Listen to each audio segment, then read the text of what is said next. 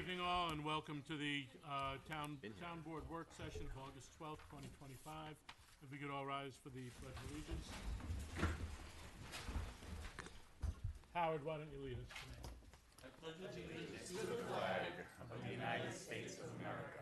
And to the republic for which it stands, One nation, under God, indivisible, with liberty and justice for all. And if we could remain standing for a moment of silence. We just passed our Purple Heart Veteran Day this past Thursday, as we remember those and honor those who received the Purple Heart for being wounded or killed in action, and pray for all of our military and all of our first responders that are out there keeping us safe every day.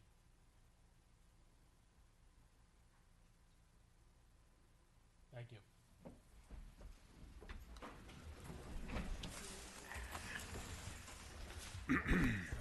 We have introductions on here for some reason, so we'll go through them. Good evening, Diana Quast, Town Clerk.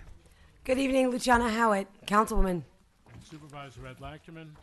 Sergio Esposito, Deputy Supervisor. Good evening, Patrick Murphy, Town Council. Susan Siegel, Councilwoman. Adam Rodriguez, Town Attorney. Dave Paganelli, Yorktown Highway Superintendent. Okay, so Susan had asked me to update the town on two things that we have been looking at. One is the solar law, and we have been looking at a rewrite and maybe reintroducing the law in September with some changes. So that is being looked at from some changes that were spoken about during the whole process, and our attorney's been working with the people that have had those questions to try to get them filled up. Can you explain? I'm sorry, the first I'm hearing you say rewrite the law, which means, are we going to take any action on the law that's pending that we had the public hearing on, the ban? Or is there a decision to reject that and rewrite the law? I don't know. If we end up with a suitable law, it's some changes in it, we would end up walking away from the other one and resubmit one. So will, at the September 2nd meeting, which is our next meeting, will there be at least a decision whether we are rejecting the ban? I think that's the issue that's pending, and I think people keep asking me what's happening. So, and I don't know. Right. Well, the question is between a ban and a ban with a grandfather, and there are some council members who spoke up interested in that. There were some that were on the fence, some against. That would be me. Yes, but there are some questions about for being against. There were some changes that were looked at that may make a site selection suitable, and there are two sites out there, both of them with some really good pros from the aspect of visibility and being secluded. And then, if it works where we could have that, we will look into it. But it might be that we end up just voting on the other one and bringing it down. But, you know what, honestly, as I've sort of done throughout my tenure for these past 2 years, I believe we explore the questions, explore all the options. And this came up, and if someone asks for more time to work with our attorney, that is where we should go. And I've been asked to let the attorney answer some questions, look at the law, see if there's something that could work. So I will go that route. All right, well, if the board decides, if the majority of the board decides to vote against the ban with or without grandfathering, again, I have no idea what the consensus is on the board, and then if you're going to look at writing a new law or revising the existing law, then I would ask that you also consider the Floating zone? the floating zone option, which selects parcels if they are appropriate and meet the guidelines that the town is considering. That is being looked at, Susan. It's not being discarded. As I said, I listened to all of the input from our But council first, we members. have to decide on the ban, because we can't talk about revising. We do, but it doesn't make sense to vote on the ban right now if there's going to be a way to go forward. So we're gonna look to see if there's a way to go forward or not with the projects that are online. If not, With the then we could projects just that are come- online, meaning The ones that have done the projects work. the two that, the The two that are in the grandfathering pipe, issues. yeah. correct. So we will. Or whatever they are. We will allow the process to work through, that everyone is satisfied, because I don't want people making a vote while they have unanswered questions. We just had conversation like that upstairs, where someone wants time to go through things. And I think we could also consider the criteria that we all spoke about, especially if we look at a floating, Float, yeah, because the But- criteria could be incorporated into the floating zone concept, Okay. and that allows us to select parcels that meet the criteria that we are concerned about on a case-by-case basis, as opposed to the outright ban, which is sort of a compromise that I So, selected. like I look said, forward I'm to- in favor of solar on rooftops. We just approved something at Lowe's, pretty significant solar up there.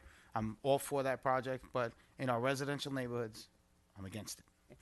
Just speaking of solar, just another update again, because I get asked these questions. What's the status of the town's RFP, revised RFP for solar on rooftops in town buildings? That's kind of pending. I do know, although I didn't reply to it yet, that Sarah Wilson was in contact with Leo. We have to get NOM on it, but we've asked them to prepare an RFP, as we spoke about. Can we get that ready by September 2nd? If I were preparing it, I could guarantee a time, but I will see what we get from Leo and from NOM as the spear point on this. Okay, thank you. And And also, they're from Westchester Sustainable, for those that don't know Leo and NOM. yeah, because I think we agreed at a previous meeting some time ago to use their services. Yes. So that we get a better RFP, hopefully to get more responses. Yes, That's what we're doing. as discussed. Also, an update on Navajo Fields. People are waiting for a decision on that one. So we originally intended to have something on today. We were asked by the applicant to give them a chance to possibly respond to some of the comments that came in from planning, from DOT, and once again, if they are going to bring anything new and earth-shattering that will sway it, I think they should be given that opportunity. But they will be on, as I told them, without fail on the September 2nd meeting. I would tell you, I read a lot of all of the stuff pretty much, and the one that I was most concerned about was the DOT memo that we got with regard to all of this stuff, and I got to tell you, I'm really not even close to the finish line on that project now. So I am looking at everything. I haven't made any decisions, but You might want you to know, share I'm the mulling. some of the I'm. DOT It, memo. it's. I The believe. DOT memo is online, Oh, it is, Susan. okay, We have a all right. work session today with an Okay. agenda. All right, So- but these are questions that Yep. people asked and thought Not- they would be not on a- the not a They're problem. online. It's always online. So. And Dave, since we're doing updates, can you give me the update on the trout spawning brook and our culvert repair? Had a meeting this morning with our contractor and our engineers, and our bridge is being built, and Con Edison is out there this week moving the 8-inch high-pressure gas line. The contractor is going to move the 8-inch water line, and we're going to start doing some test pits next week, the contractor, and it's We getting did- late we- in the well, we- season, we- and we need to be out of there by the end of September. Yep. But hearsay has it that the DEC is somewhat forgiving if you're far along on the project to be able to get it done. And I know we did the tree It's like work. banging your head on the wall. We did the tree work before the bat mating Correct. season, That was before March 15th. Yes. Right. The And brown bats. the Yes. brown bats, and we moved the electric pole over. We already. did Conrad that came also. out and did that. And we shielded the cables, but that didn't help because you still couldn't get a 90-foot crane in there. So the project has to be changed now to sliding the bridge into place as opposed to craning the bridge into place. So that, ask Pat. Pat will just lift it up. Right? Look at the size of this guy. so it's I wouldn't say it's progressing on schedule, but I'm guardedly optimistic. I made my position clear that it needs to be done this year. Yeah. It's And- 2 It's 2 years. It's No, an absurd amount of time. Absolutely. And the unfortunate thing I think that people should know is, and this sort of goes to what I said before about the RFP. If the work were totally up to us, we can plan it and do it better. But Con Ed, in particular, with the hot weather that came in and all the emergencies, they pull all their people for emergency duty. And That's exactly what happened. They were supposed to have been out there 2 Saturdays ago. Yep. They started yesterday. Yep. So Well, people are clamoring to because it is causing the redirected traffic. And I appreciate everything you've done, especially along Mark Road in that area. And I know Ed. Somebody came here, spoke. A good friend of mine, Jim Flandro, and we had the speed limit sign back up pretty much. I think that night. Yeah, the next day they had to Yeah, be the next taken day. in for charging. yeah. Yeah. So it was going back. So I really didn't do all that much. It just so people know, all of those electronic speed signs need to be recharged every so often, and that one had come down for recharging over the weekend and was put back up. All right, we will now start our agenda. G&G Municipal Consultants and Grant Writing. Mr. Jay Grasso. Jay, how are you? I'm good, sir. Thank you. Town is beautiful as ever. I was telling the supervisor earlier, my wife keeps a list of, we work across the state, of where she would live, and this one always comes close to the top. So it's beautiful. Good to hear. We go to some places that are a little scary. Your wife's a very smart person. Smarter than me. We'll put it that way. He's saying that because we give him a contract, of course. Well, that's true, too. But my wife is definitely smarter than me. No, she actually is. Jay, you married up. And he's saying that because he don't want to be in trouble. She's not here even, but she hears things. And And she was down This is with being you recorded. Once. She was down with you once, and she did talk about how beautiful she thought Yorktown was. And I don't think she was shilling for you. No, she likes it. We go to a lot of places that are interesting. We'll just leave it at that. Our contract started, I believe, March of 24. We really didn't get rolling till May, so it's been about a year. So the supervisor felt it would be a good idea, to give a review on all the things that we've been doing. We've had regular contact with department heads, regular contact with the supervisor. Regular contact. I can't say enough. Your planning department, your police department, water sewer. Everybody's been very good to us. And when we need things and we ask for them, we get them. And a lot of times it's short notice because that's the nature of grants. We find out late, or the state just drops something in our lap. This spring they did a parks grant out of the blue, and you need to be prepared for it. And this town has projects, has planning seekers in place for things. I mean, there's just it works out pretty well. So I'll go over the list, and between essentially really June of last year and this last July 31st, I can give you there's essentially 15 things that we've applied for. We did apply for 2 CFA grant applications, and that's consolidated funding application, and that is the window where the state does probably 70% of their grants, typically from May to July. It's open, and parks and planning and a lot of things like that are within that window.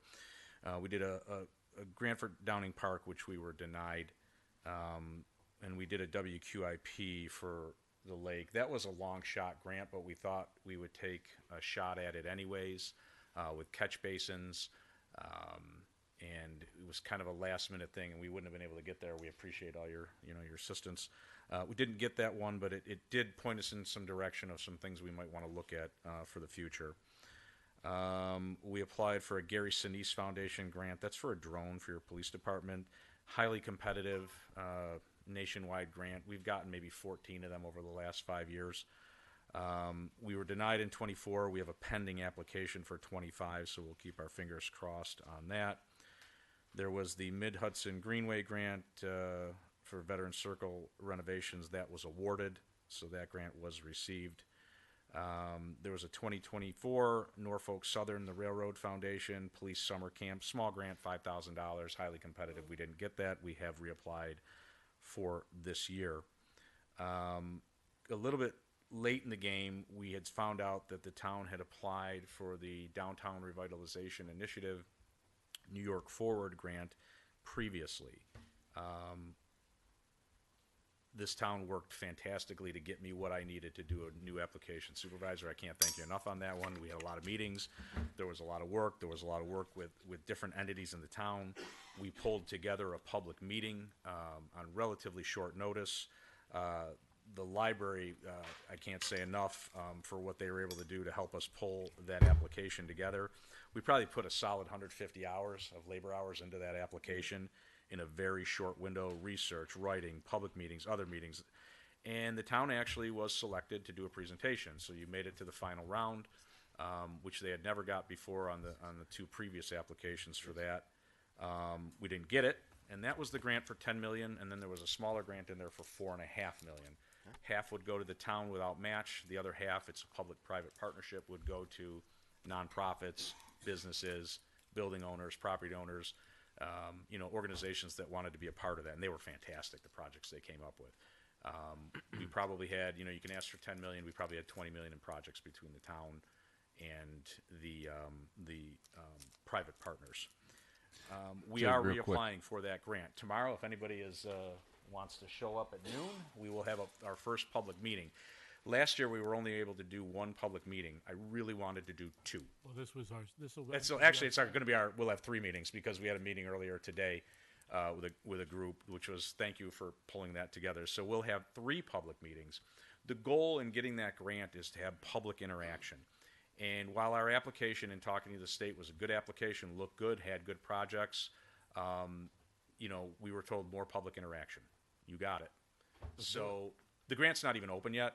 We anticipated opening, I was anticipating August. I'm going to say September now. And so we'll be back out again for the official public meeting. And then we'll have smaller meetings with different groups that want to, sit with us, here at Town Hall or maybe the library or wherever. I'll go to their place of business. I don't care. But for those that are out there, this is a $10 million grant. Like I said, $5 million to go to the town for what they call transformative projects. You can't use it for water. You can't use it for sewer. It's got to be something that, improves the lives of the residents here. And then the other half, goes to, say you have somebody with a mixed-use property. They can renovate the business part and say renovate the apartments above, or say they're a nonprofit and they want to hire an artist in residence or something like that, or a theater, or the library. These are all things that we want to bring in. So if you know somebody that wants to do that, please reach out to me, and we'll be here tomorrow at noon, and then we'll be here again when the grant opens. Hey, Jay, before you start the next one, isn't this the one that last time you were here, you said that it usually takes 2 or 3 times before they even look at you? Yeah. Okay. So, doubt. you're getting looked at after the second time? Yeah, we got an interview. I mean, That's great. And the town board you guys did a great job presenting that. In the old days, I would have been able to sit with the town and do the presentation. State stopped that. They don't even want me in the room. They want it to be purely town driven. Now, we put the presentation for that together for you. But yeah, the fact that we've even gotten to this point and actually got an interview, it's a big deal. I'm happy. Thank you. I just want it. It's one of those ones I really want. Yeah. It's a great community. 10 million sounds like a lot, but it's going to go like that. Yeah. So it goes very, very fast. I see 2 ladies back there that were hoping for about 40 million. Money leads, money begets money in the grant world, so we just keep going. The next one we applied for, it was a mini grant. It was a $5,000 grant for teen center type. That's, for youth funding. That's pending. Is that 5 or 10? It's 5 or 10, and I can't remember. I wish I had Tara with me. And we did send Tara out to town here. Tara's one of my grant writers and came into town and because we're a little bit far away, but we like to come out here and spend some time. The next one, so this is kind of a double thing. We applied for fiscal year 2026 congressional appropriation funding for sewer, and we submitted to U.S. Senators Schumer and Gillibrand, and also to Congressman Lawler. And I'm happy to report that all 3 have submitted the project to the Appropriations Committee on the congressional level. That's very rare and very good. Oftentimes you'll see it where the congressman might submit it, but the U.S. senators do not. So if you go and look at FY26 appropriations, you'll see that all 3 of them have submitted the project. So I'm ecstatic about that. How the process works, we submit for that funding on behalf of the town. We submit support letters, little bit of engineering, not much. and then Congress people then decide what projects they want to put forward. They only get 15 projects, and How much is this? Lawler put it in at 10 million, and I believe Schumer and Gillibrand are 2.5 million each. It's either 2 or 2.5. I can't remember. Is that the budget that they have to vote on in September? Exactly. So it goes to appropriations. You are spot on. And appropriations has to then it goes through appropriations. They can raise that funding, which is rare. They can lower it, which is not uncommon, or they can throw it out altogether, or they can approve it. The fact that all three, Schumer, Gillibrand, Lawler, are promoting the project, that bodes well. So, keep your fingers crossed. How does that fit in with the big beautiful bill and all of that reconciliation? Is that an authorization bill? And will that change when it gets to appropriations? It could change, and everything's kind of different this year. And we talked about this earlier. Last year, we had assisted the town, and we were actually, and that was through Lawler, and it was like 1.25 million, and that all just kind of went poof with everything that changed. In fact, some of the Congress people resubmitted their 2025 appropriations for 26. That didn't happen in this case, and they're all three are submitting for you. I don't know. It's So all with new, this, we're in the fight for 15 million. basically. Fingers crossed. Oh, yeah. It's a big project, and we'll obviously look for more funding for that, whether it be WIA or something else. But And that all gets appropriated to sewer infrastructure? Well, that's what this project that's what it is. Yeah. It's all sewer. Yeah. My experience, and we do a lot of these across the state, is the best thing is to be consistent. If we're asking Congressman Lawler for money, we should ask the same of Schumer and Gillibrand. Best to keep it consistent. We have other clients that want us to, ask them for this park, ask them for this sewer. You never get them. You just don't get them. This town, chose the right path and is remaining consistent. The most common things that get funded are water, sewer infrastructure, and fire departments. Things like that get All very important. so everything we need. As a retired police officer, believe me, I work closely with fire departments. I like seeing my the fellows on the other side and women get that funding as well. I just got a letter from an article from Martin McGannon, who's one of our fire commissioners, about the challenges with all the EPA stuff that's coming out for the new fire trucks. I mean, they have to redesign the engines, and it's just it's going to be very challenging. Ask them about the OSHA training that's coming down the road for them. It's for the volunteers. It's going to be extremely difficult. I'm just talking about fire apparatus fire trucks. I mean, the changes, the regulations and changes that have come down the pike that are going into effect. I just got the article today, as a matter of fact, but I'm sorry. Feel free to share that with me because I'm familiar with it, but I'll take anything I can on that because we do a lot of public safety grants across the state. And since you alluded to that, Jay, one of the things that fire departments are gearing up for, unfortunately, is that the OSHA requirements to be a volunteer fireman are getting so much more burdensome. It's bad enough that there was a decrease in volunteerism, but this is going to make some of them unable to participate based on time. We'll probably still get your active firemen who volunteer in their own community, but this is an issue that we've been talking to our fire departments about. We've been talking to county.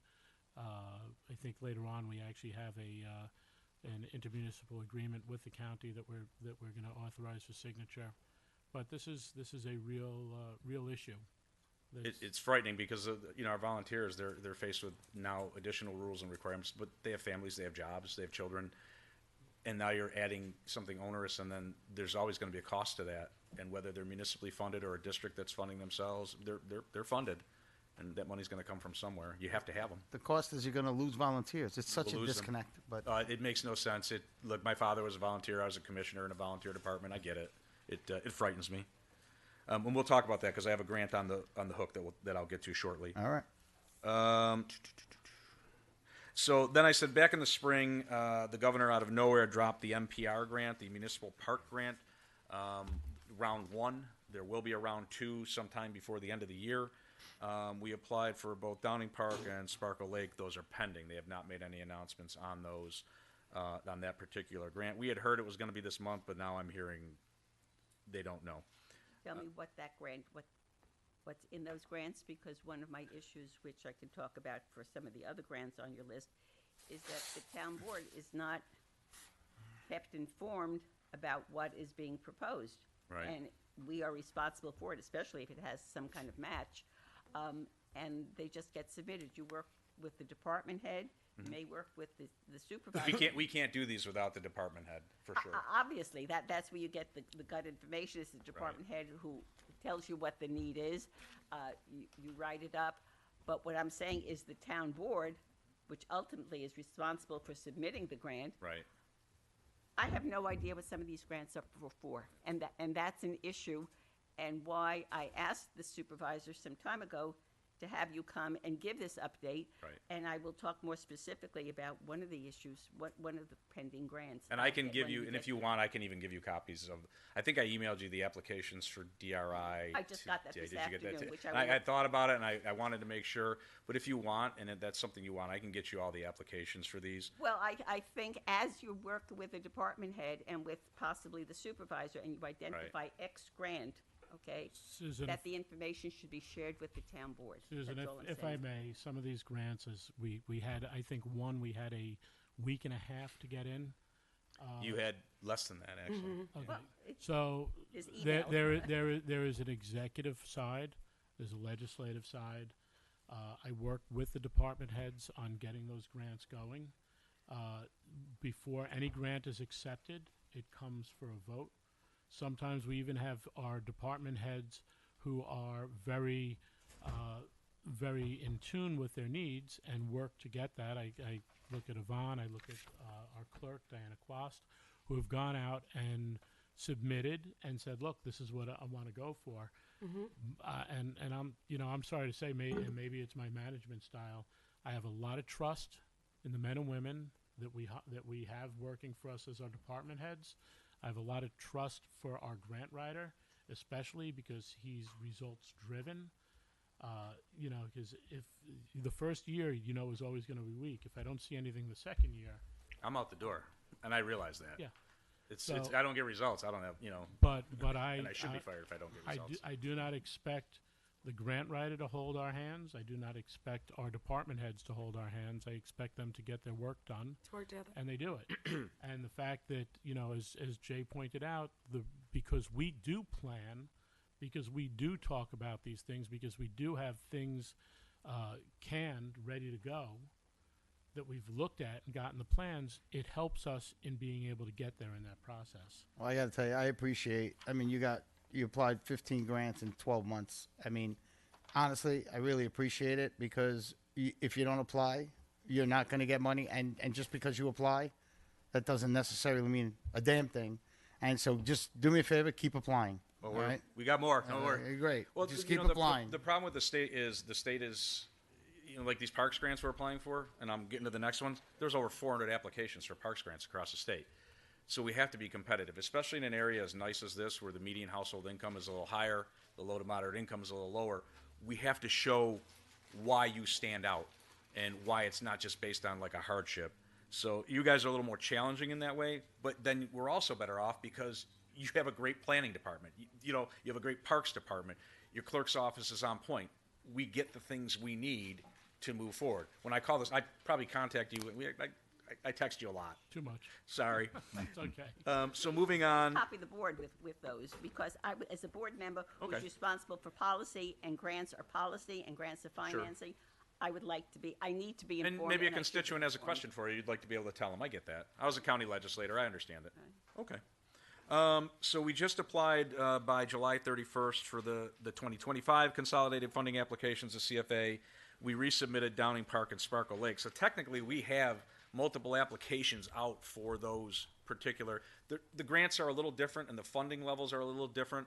Like the max on the NPR grant's $1 million.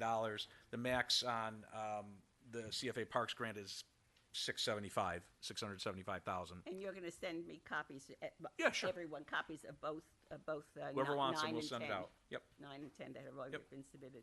And also, as you're going to talk about number 11, which I have no idea what that's So that's just something we're looking at potentially as a WIA. We're just discussing, we kind of got to get moving on that to see if it's going to work for the town. That just opened. It's due in September. We'll be having a team discussion with my office on that tomorrow, as tomorrow's WIA day. Possibilities, what is that grant for? WIA is a Water Investment Act, water and sewer. What possibilities are you? Sewer. Sewer for what? For What the is, Alex Mill, I'm for forgetting, I'm Hunterbrook? drawing a blank on the name. Alex Mills. Alex Mill. Thank you for that. It's another shot on goal with Alex. How much? Ballpark. Sewer, you can only get, well, it depends. Technically, sewer's typically 25% of the project.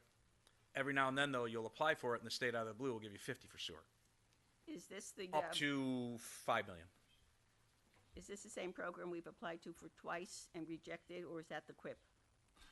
I think it was WQIP that you didn't get. All right, but if you're talking about sewers, we have some issues with Hunterbrook.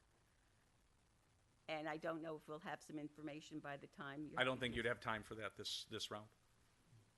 You know, which is what we try and do is create a strategic plan for water and sewer. Water and sewer is tough, especially with a town, I almost said as wealthy as this, as fortunate, to be where you are. If we had a very high, low to moderate income, over 51% of the population was in hardship, not poverty, hardship. There's a difference.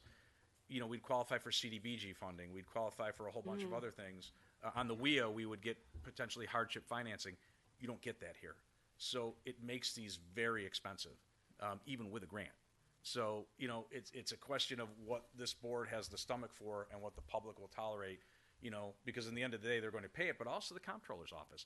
If the cost of the project is too high for the individual user, comptroller's not going to allow it. There's overrides, but you're all familiar. We've been there. You've been down this road. I'm just trying to, and I apologize. I enjoy water and sewer. I know that sounds a little crazy. 12 is the New York State bricks. This is a very rare opportunity.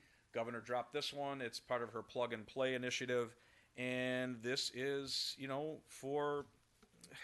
we've never seen it before for community facilities.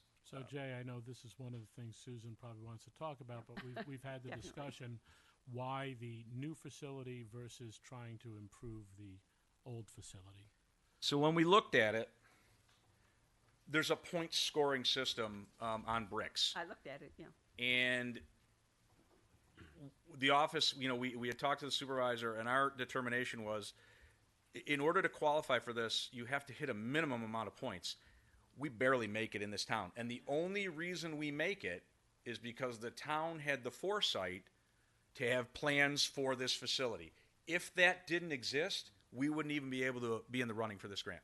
But the last thing that I saw is we are not looking at the plan that was developed behind Beaver Ridge. We're looking at a prefab building at Sparkle Lake. We're looking at something totally different. But we had plans for it. We have plans, but they're not even plans that we're going to use, and that was for a senior center.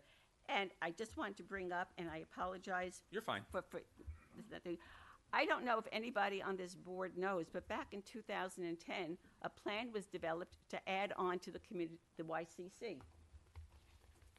Architectural plans that I kept in my file. I didn't even know I had it until I went and looked at it with plans. This was at a time in 2010, Beaver Ridge was dissolving.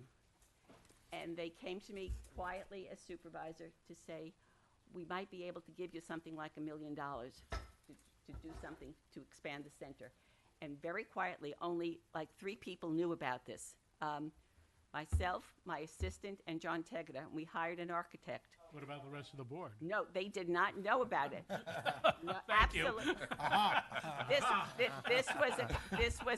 Even Mark is smiling on that. Executive moment. You walked right into that one, Susan. I gotta be honest. This was what Beaver Ridge wanted, and with all the discussions.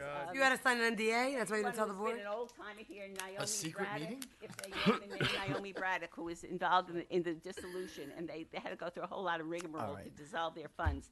But she wanted it kept absolutely quiet, and that's why.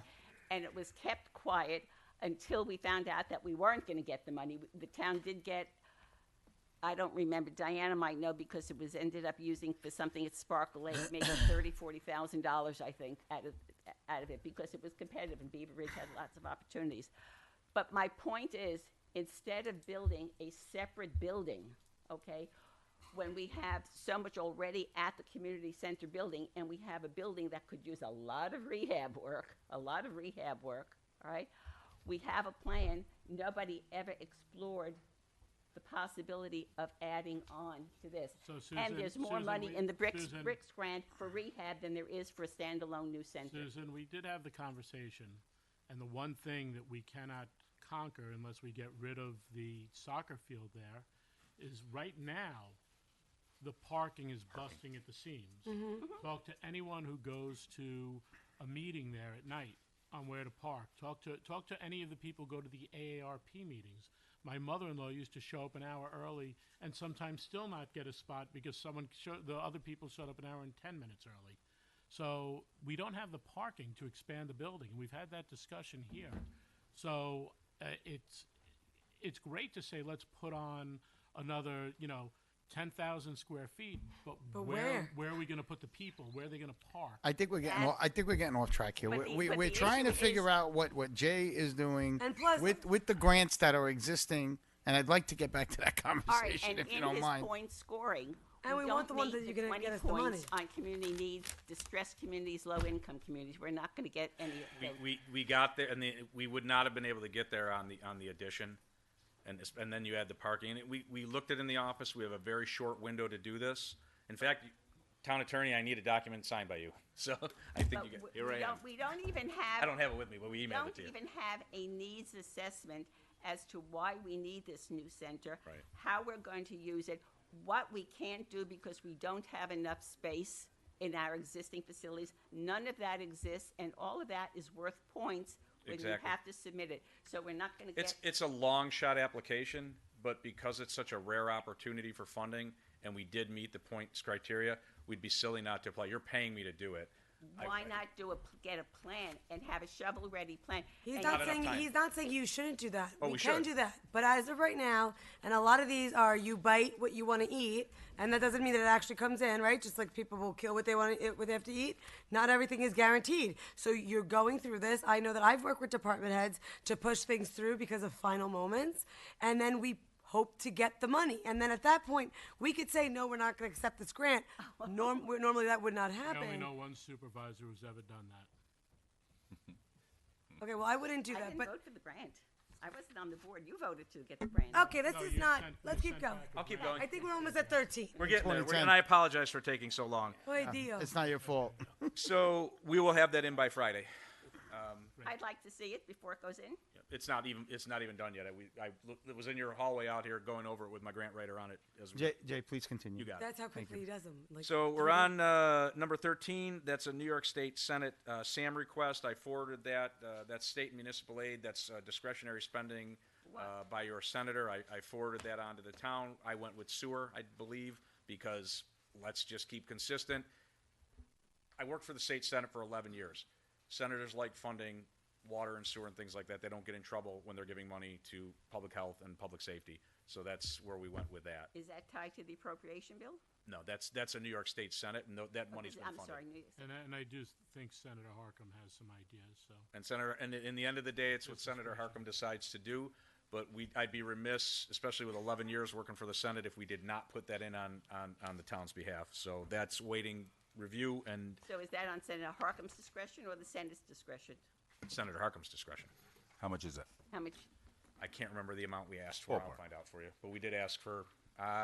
Is it a My half feeling, million? I know we didn't ask for more than $500,000 because when I Okay. worked in the Senate, Ballpark. minimum request is 50,000. There's technically no max, but I've never worked on one or gotten one over $500,000, so we probably asked for $500,000. Number 14 was it's an AED machine from the Hope Heart Foundation that's pending. Where would that be located? Because I think, didn't we appropriate money to purchase those AED? no, we need more. We just wrote it on needs behalf of another the one. town. It's at the town's discretion of where you want to put it. You can put it in a building here. You can put it at a park. You can We put it in a just police car. installed one at the Jack DeVito Veterans Memorial Field. it's right behind the fantastic. Jack DeVito gazebo. And we also need them. We need them on hand. Okay. We need them. You got to have them. Well, I've got the Anyone's training got a in 'em. sports team. We need them. Granite Knolls needs ones too because the ones that are there are it's such a vast area. They're so far away from each other that by the time you run and grab the AED, it's One of Why my, do the clubs and the sports actually wear them? Dot, dot, dot. you do yeah. need more. Look, one of the worst days I ever had as a police officer, we went to use one. And it doesn't work. It didn't work. It Yeah. was not charged. It wasn't charged or wasn't even plugged in. And I watched a 12-year-old die as I'm trying to do my best. So I'm a firm believer. Whenever I see an AED machine, No, grab it. we're gonna just keep applying for them left and I right. like what you're doing. Okay. 15 is the local government efficiency grant. I had thought by this time we started some preliminary work on it because I was under the impression it was going to be open this month. It is not open. I talked to the Department of State today. They anticipated opening October-ish. Okay. So that'll be, there's some ideas, and that's a grant where the town can work with the school district, the county, another town. I'm 3 for 3 on those in the last 3 years. I'd like to keep that going. For what? More specifically for what? I'll give you some examples. The one I wrote one in Ontario County. It was for the county and 9 towns and villages and 1 authority, and we got $1,990,000 for procurement software that they all now share. Fantastic. I have a couple things that I'm looking at. One in particular is, since we share the commuter lot with DOT, that might be an interesting way to get it paved and do car charging ports over there. Which would be something, it's infrastructure. You'll never get in trouble with infrastructure with that grant. I've done another one with 5 different police departments. I've done another one with 5 fire departments. So This is where, if you have multiple ideas, they all sound good, the town board should discuss them and say, yeah, I like number 3 or Or I number want 5. all of them. Or all of them, or whatever. well, we But kind of got to. Well, no. Well, give me the one I got the best shot at, And right? Exactly. And then what you'll find with this grant is a lot of times people get cold feet. We have to have a memorandum of understanding between the municipal entities, and we've got a template for that, which is passed muster with DOS. I give it to your town attorney, he takes a look at it. But then sometimes they go, we don't want to do it, or one town pulls out. So we've had interesting stuff with that one. But if you want to start thinking about that, I anticipate that opening in fall, so that's on our radar. Going with grants we've assisted with, we worked with the town last year on that FY25 that got pulled back. We had conversations for FEMA Assistance to Firefighters grants, which also covers ambulances. We talked to Yorktown Ambulance. They're in the process of updating their SAM.gov registry and their FEMA Go. That'll probably open in December. We'd like to do something for them. And then Yorktown Fire. We'd like to get some things going here. We've had conversations with them, and I'm going to reach back out to them because a couple things are open right now. There's a recruitment and retention grant open right now. I didn't put it on the sheet, and I apologize for that. It's up to $25,000. It's used for recruitment and retention for volunteer firefighters.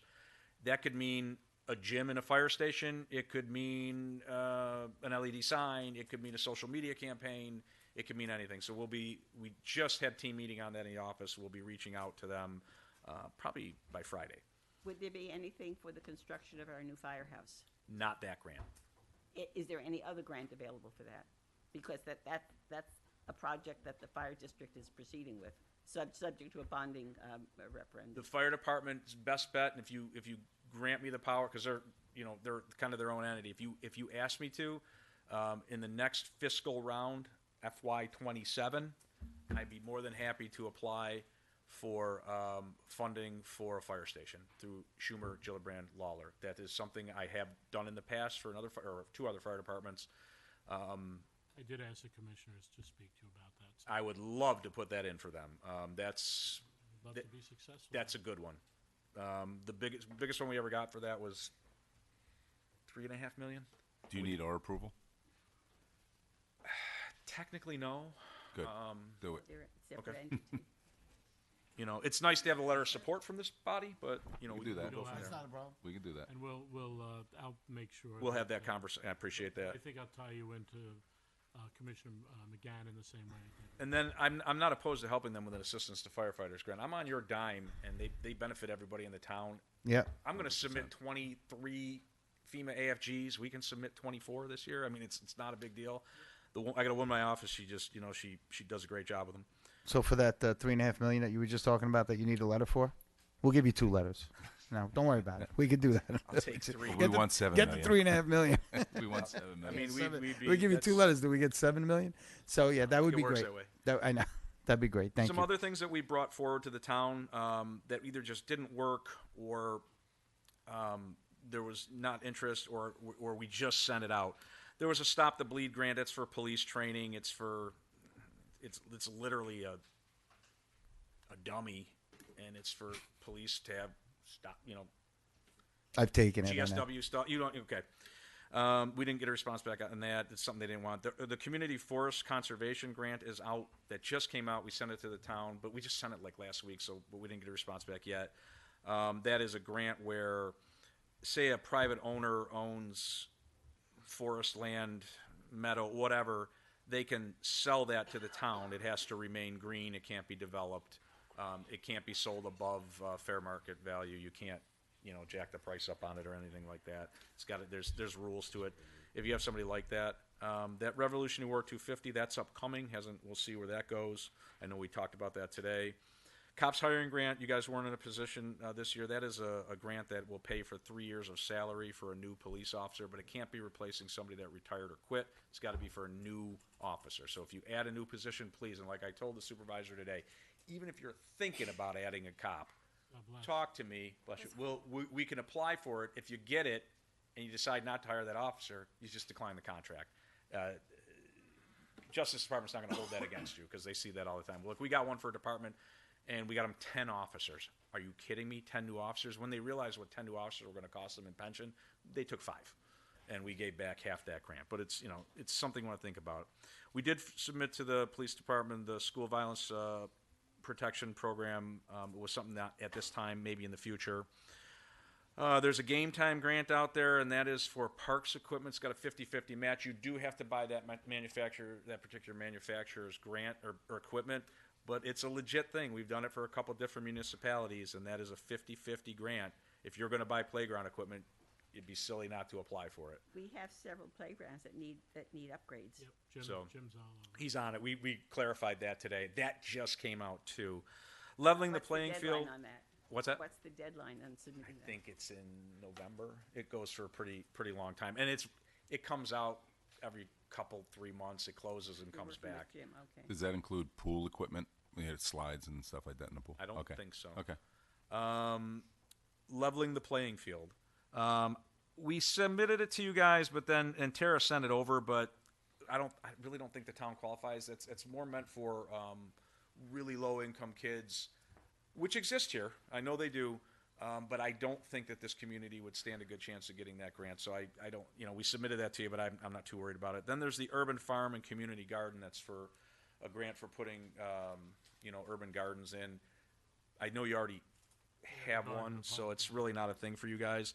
The archiving grant will be coming out probably December, January. I don't think you were too much interested in that as clerk, but other departments, we could apply on behalf of any other department that's got stacks and stacks of documents that they need digitized, or if they need storage containers, storage racks, fire suppression, we could apply for that. So that's a conversation we'll have with the department heads. Is there anybody else? Typically it's clerks, but you don't necessarily need it.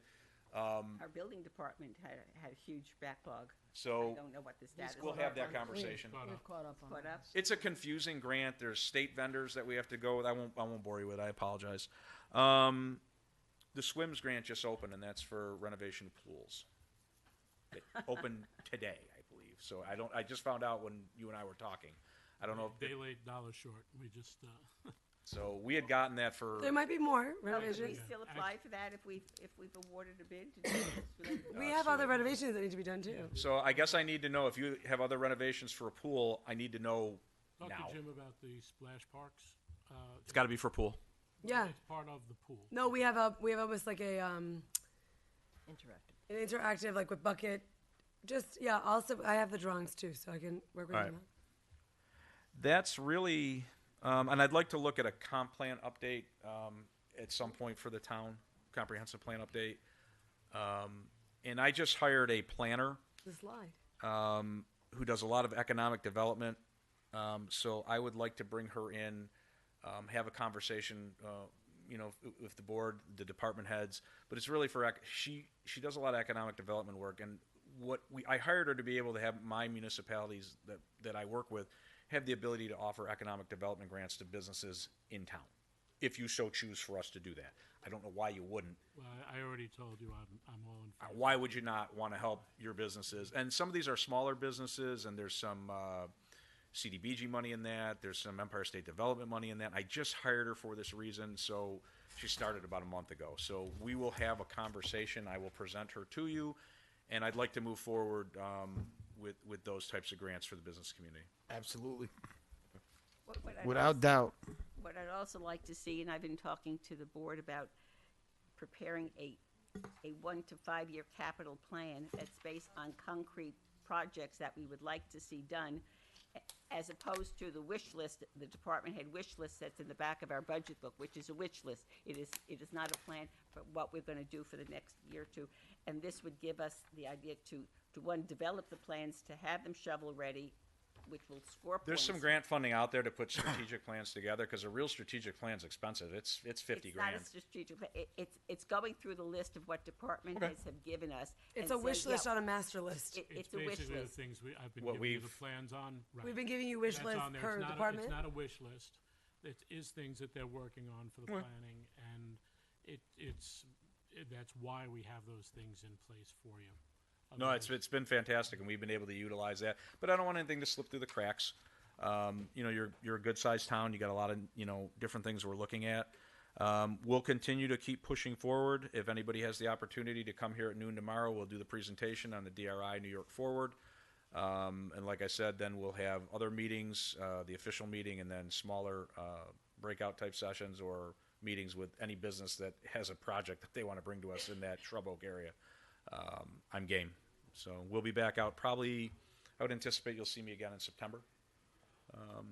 And my cell phone is there, and I apologize for taking so long. I apologize, everybody. I know I Not a went. problem. Important Kinda long. stuff. Jay, thank you for your time. Thank Be you, here Jay, tomorrow. and please just keep us informed and send us all copies of what's Yes, ma'am. already. We will. So we're gonna move on to cash for cans. Thank you, Jay. Okay. I'm sorry, I got stuck reading an email. Jay, just so you know, I have a meeting with the county executive at 11 tomorrow, so I may be a few minutes late getting back.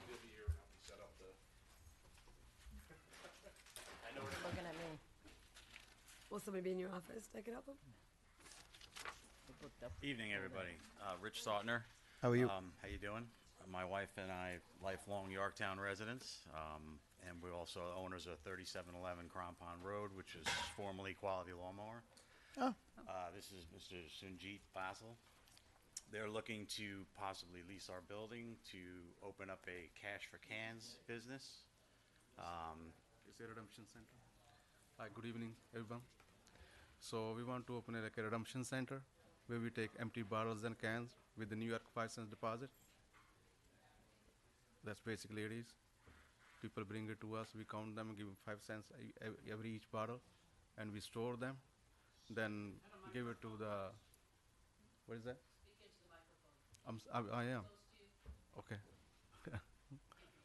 All right. So 5 cents per each bottle or can. Yes, with the New York State deposit on every bottle they have it. We take them from the people and give it back to the company where they recycle them. And how do you get it back to the company? We call them whenever we have a load for it, so they come and pick it up. So like Gatorade would pick up Gatorade bottles? Yes, Gatorade doesn't have a New York know. deposit, but But I'm saying like Poland Spring would have. like the bigger companies, Tamra, they take everything like Pepsi, all those, every other drinks like Manhattan beer, they take their own products, and Coca-Cola, they take their own products. Every other bottle, they It just goes to a recycling plant. yes. I have two questions. One, since I don't use that many bottles or cans, but I know that I think the supermarkets have places where you can deposit those. I assume you get your 5 cents back. I assume that's how they work. I've never used that. That's one question. So you would be competing with those. No, like But if They- my they second have- wait, my second question is, if we put our bottles in the recycling bin, does the town get revenue from that? I know we pay as part of being part of the county recycling program. No, I actually have a lady who I actually specifically separated for, who would probably bring them to your facility or to someone, but I actually separate the ones that she can take so that they can take it. It doesn't go back to the town. No, but when I put my soda bottle, Does the town make money does off the of town the make things money? we put in the That's green bins? my question. Does the It's town too make money? labor-intensive, And I right? don't know that. like When people they- make money of their self. If they don't want the money, they can throw anywhere they want to. They throw in the garbage. Well, I throw it in the recycling bin that's picked up by the Yeah, town. So like some people So do. my two questions. One, you're competing with what's the machines already in the supermarkets. Those machines that take very long. Okay. And they scan the barcodes from the bottle. Some of them they can take it. If they're like bent, machines Yeah. don't take it. Okay, I don't know. All right. And So- Susan also, since he hasn't been there, Yeah. I don't use the They're all- machines. they're also broken half the time. Yes, okay. that's correct. They actually take them. and Or sort they're for you. done and And it takes very long at the machine. You got to put one by one there. We have people count them. Suppose you have like 100 bottles. It only take us to 5 minutes. I'm learning. All done.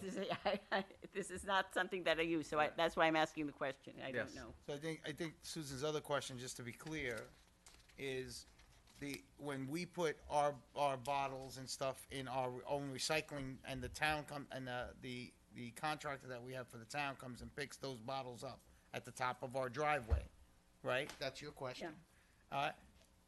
Does the town, do we get money for that? I Yes. think the town does. the town gets credit for a certain amount of recyclables when the time comes to pay the tipping fees. There's an accounted amount of certain recyclables that the town gets credit for when we take that to Roahook, and it's already been separated in terms of recyclables versus household garbage. So it gets credited toward the tipping fees and we pay less than That's tipping my fees? understanding, Yeah, yes. that's. I think some of that may have changed though, Yeah. especially like, we used to get good money for cardboard, you don't get that anymore. Right. Because there's an overabundance and I guess they realize eventually you gotta get rid of it. So over the years, that's sort of like tax. I think credit. bottles though and stuff is still, that I'll kind of check thing. with Phil on that. Yeah, I would.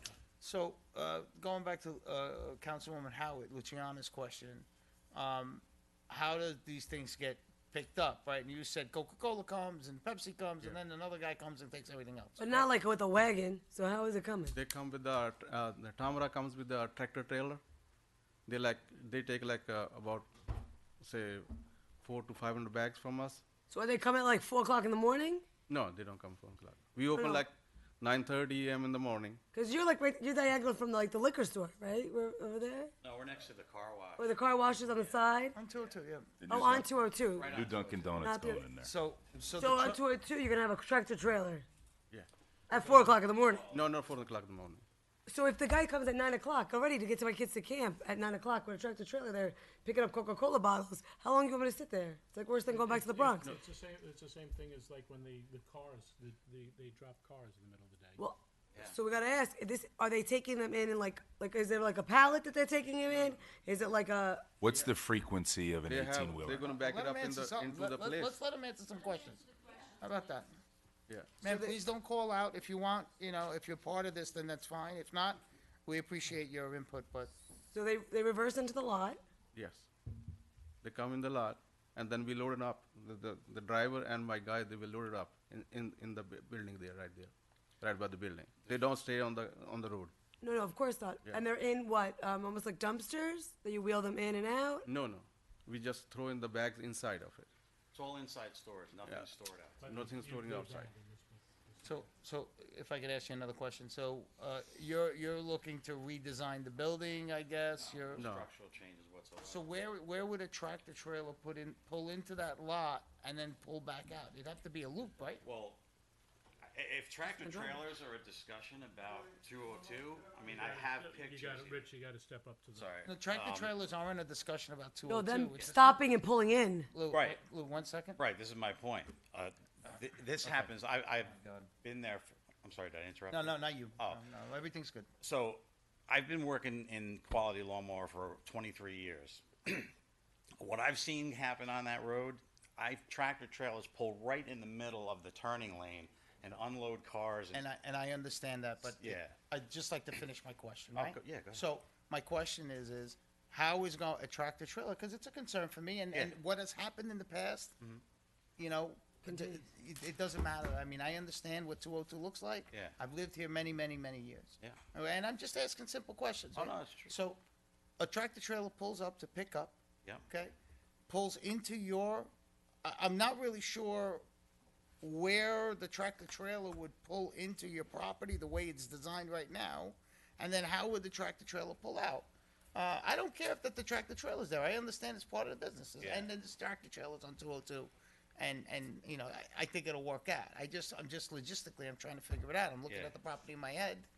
I don't have a clear picture of it because it's been a while since I've been there buying something for my lawnmower. It's But That's a fair question. Yeah. Yeah. Actually, there's two options. Most of the time, they use box trucks, actually. It's only tractor trailers are only certain times of the month, probably. Maybe couple times a month. They use box trucks mostly. There's options. The tractor trailer can pull all the way up alongside of our building. They can load them. He can back out, and he could do a K-turn in the front of our lot. Or we have access. Our property goes all the way back to Old Crampon Road. I mean, he could pull straight down from Old Crampon and continue out onto 202. There is options. I mean, our property goes all the way back to the other road. You'd be going through a town right away to do that. Well, yeah, I'm not sure that. And that kind of traffic, I don't know necessarily on Old Crampon Road would be all that endearing to the residents that live there, to be honest with the you. box trucks. Yeah, I You know, totally understand. The box trucks and the tractor trailers would be effectively pulling a U-ey on your property, a U-turn on your property and pulling back out. broken It, U-turn. it can pull up all the way up alongside of our building. There's a lot of room in the back, and then back out. Once they load up, they can back out. Can the tractor trailers They pull can in back. and turn They around? can back out onto 202. Oh yeah, they used to do it when we were there at Quality Lawnmower. So the question is, what's the frequency of the amount of trucks per week in the business? You know, how many trucks come a week? It's like once, twice a week, or once a week, or like a couple times a month. Okay. Yeah.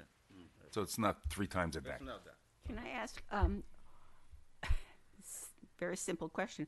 Why are you here before this board? Is this a question of the zoning has to be changed to allow this type of use? What kind of permission do you need from the town board for this? Told to be here. Is there any permission that you need other than leasing or purchasing the building?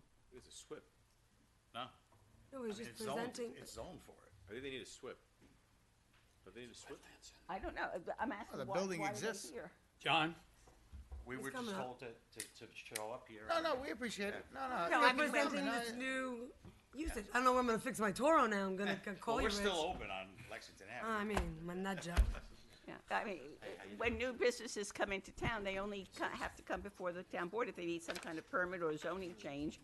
Normally, that's between you and whoever you want to sell or lease to. No, I think they're here because they're trying to be transparent and we're trying to inform the town, everything that think you we have always John Taggart ask who about. can Go answer. ahead. So, you know, some of the discussion that you've had tonight, we had thought about in our discussions with these folks earlier, and the recommendation was that there is an actual line item added to the zone to allow bottle and can redemption and distinguish it from other recycling activities. And having that in the code would be an important distinction to make. So that it doesn't turn into a different type of recycling plant or something else. Exactly. I get it. Which brings I me wasn't there back yet. to I was still at the 2011 and a certain recycling facility that was added to the code without any kind of understanding about what they were doing, and it was going to be very much like See, like okay, what so we're this getting sounds like. better. Am I See, correct, it's John? No, that was household recycling, but Okay. this is not. This is just bot- bottle Bottle and can redemption redemption, for period. money, bring it in, yes, so, Period. Saying I something, take the bottle, you get the 5 cents. yes. That's it. saying something to add to the code. Yes, Okay, I just so wanted to it would clarify. add it in as a line item, and then I would think that there would be a definition added to the definitions that describe it very succinctly, that it's not anything else but what we're talking about. As succinctly as Councilwoman Howard just described Exactly, the yes. process. I can even put some pictures if It's you pretty want. good. But also, you know, some of the discussion here brought up some questions, which I think you're touching on, but, you know, my questions are coming up in terms of, are they sorting them? He did mention Manhattan Beer takes their own stuff, so. Well, they'd sounds have to be sorting them. I mean, I don't think That's that the question. And the more they sort, the more trips you're going to get with the truck. So I think the truck issue and pulling it off and backing out onto 202 is an issue to be dealt with. So I think that something like this would warrant some sort of you know, site plan in which it's determined how the thing works, whether or not it goes out onto Old Crumpton Road Yeah, or like not. where the ingress or the egress is and how it's gonna flow. Yeah, because a lot of things happen on 202, a lot of things happen on Route 6. A lot of them shouldn't be happening, and, we should try to manage that as well as we can. Yeah, absolutely. Yeah. Hence the questions, right? Okay. So, I guess the next thing is to work with John and the town attorney and draft the language for the amendment. Well, to we do the code. language. Well, no, they didn't work with them, she's right, but I guess the question, I think the question really is, before they waste any time, is this something you see as a use, which is why they're here. I see it as a potential use, I think John is right, there have to be certain criteria in the site plan. One of the issues, again, that I would think about, because where I live and where we have communal recycling bins, some people are always complaining that people don't wash out their bottles and cans.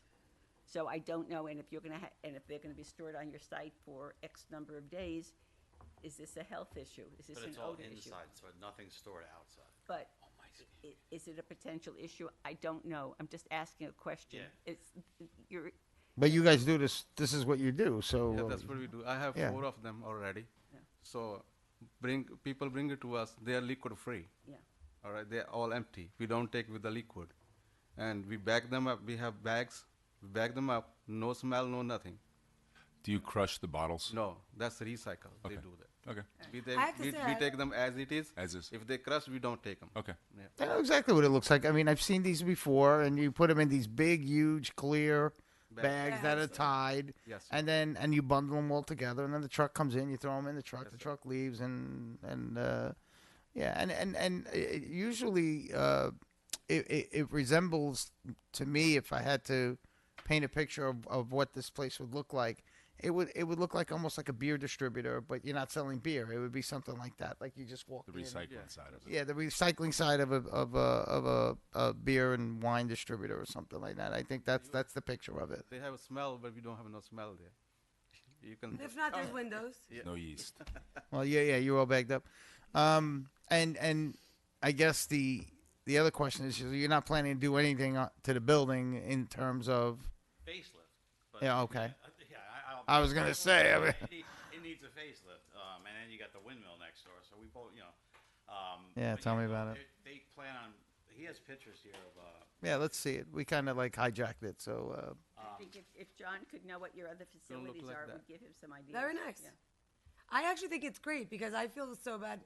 We literally leave these separate for this woman that now we've become friends with, and then she has to go to Acme and do it one by one. And now I could just send her over to you. Hold it up and one she more- doesn't have to work as hard, and you just count them and give her her Hold it money up one and more she time. goes. Can we zoom in on this picture? Just hold it up. Just hold it up to the camera, right here, so people in TV land can see you. All right. The man behind the curtain is going to zoom in for you. And we're All right, preserving that's- and I think that's good. recycling and all the Thank good you. Stuff. Okay. It's very go green. And what are your hours of operation? It's 9:30 a.m. to 6 p.m. So, it's regular business operation, Monday through Friday, but 7 days a week. 7 a week.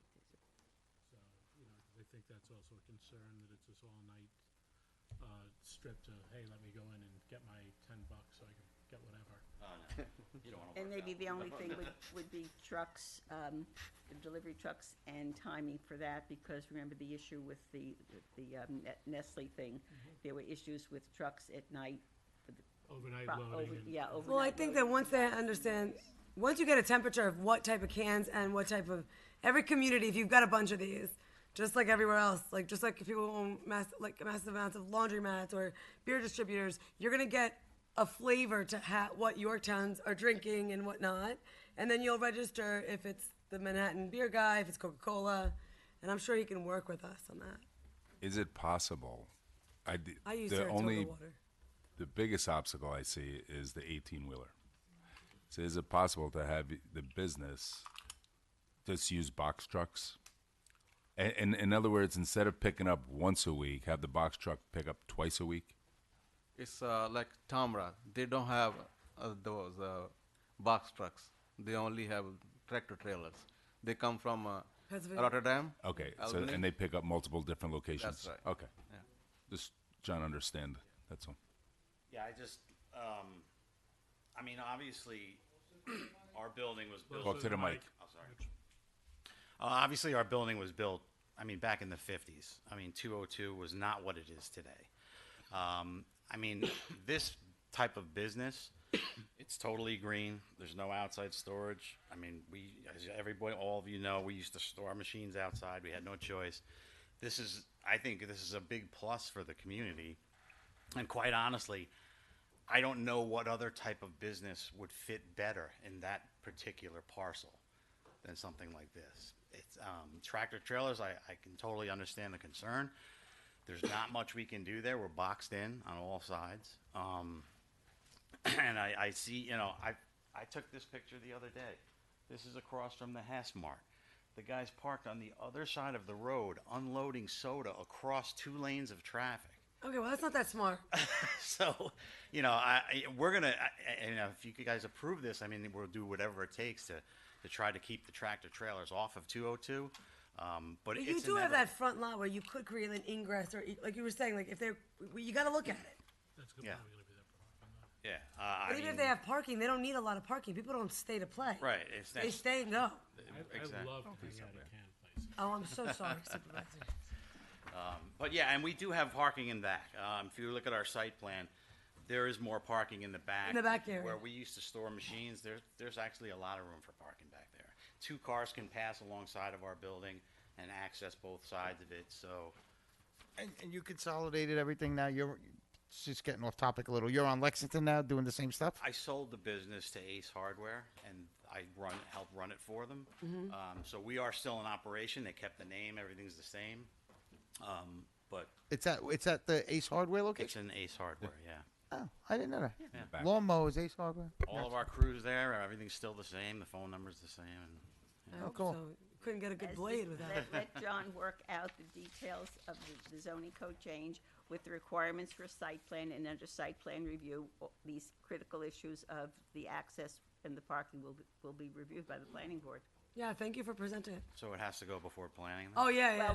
Well, once the town board has to approve the change to the zoning code, and then it will say you need a site plan, and that will be before the planning board. Oh, okay. I thought it was zoned for it. No, It's not. John, do they need What this? John Do is they saying need a is- site plan review, or I kind of like forgot what you said.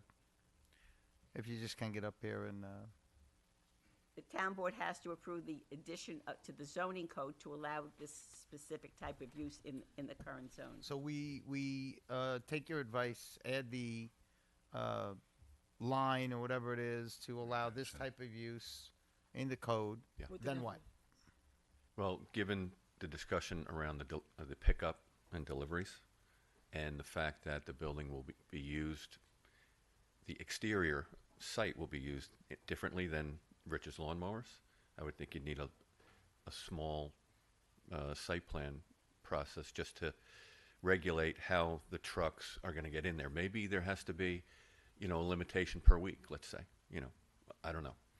Something like that. Or maybe it needs to, be able to drive in and drive back out of Old Crampon Road. I know Dave expressed some concern about that, but those things should be taken into consideration. That's something I Yeah. feel very strongly about. Yeah. You know how I feel about that. Yeah, and also, backing a tractor trailer out onto 202 in the You middle of can't the day back is up a something trailer. you have to be concerned with, so. Right. So, First rule of tractor trailer driving, and I have a trailer license, you don't back up, period. you try not to, You don't back up. unless you're That's really, why I'm saying if there was really good. kind of like the Readers of Mamaroneck, I don't know if you know, whatever it doesn't matter, on Boston Post Road, it's got one entrance in and then one entrance out. And because you do have the back, like you could almost, I mean, I don't know, but I would think you could loop around. You come in one way, you come out only one way. Maybe there's Eyes noth- on the road. Maybe there's really not a heck of a lot to do about it other than limit the frequency. Yeah, And that's the if I- site plan review. but we still And need that to would do be this site plan language, review. like you said. You'd still need to do the language, yeah. Thanks, John. It's on you there, Soup.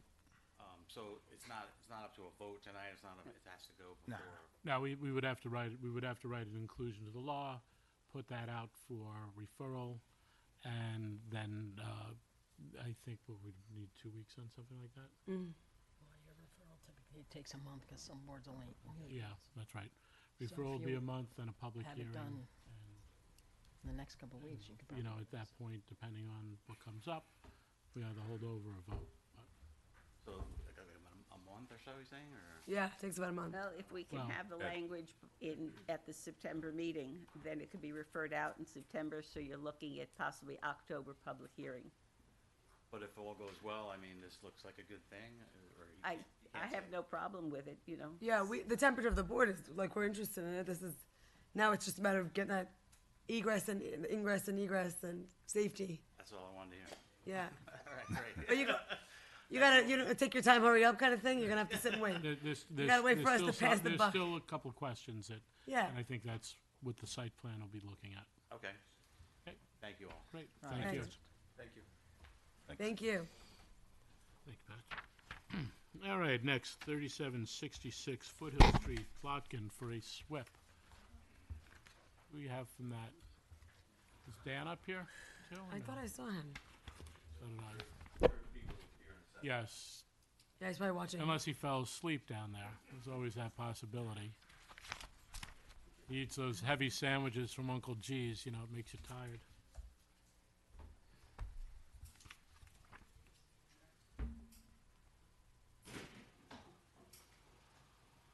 You gonna call him? So how about the No, Mets? do we have any correspondence on this? And the Yankees. Yeah. The Yankees. The Yankees are killing me, man. I cry. Oh, today? Yeah. I had one of those days today, John. You want to go on to the next Yeah, one, if you want the the Foothill Foothill. rezoning? Yeah. And for that.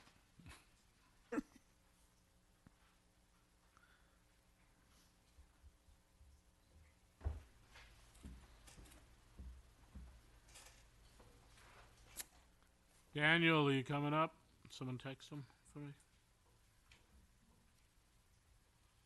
You got it? Is anyone else here from the project? Okay, Move on to the next one. move on. No one from 3766 Foothill Street.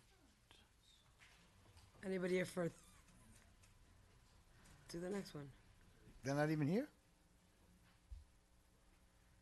Maybe Dan's just gonna talk. Go to the next one. All right, we will move on. Yeah, let's come 3850 Foothill Street for a rezone. These guys are like, we might be next. They were playing like game, you know, when They the were easel looking, pops they up were in there. like- It was like when the nurse comes out at the doctor's office. She hopes she calls your name. You're like, All right, who's okay? That's your attorney there.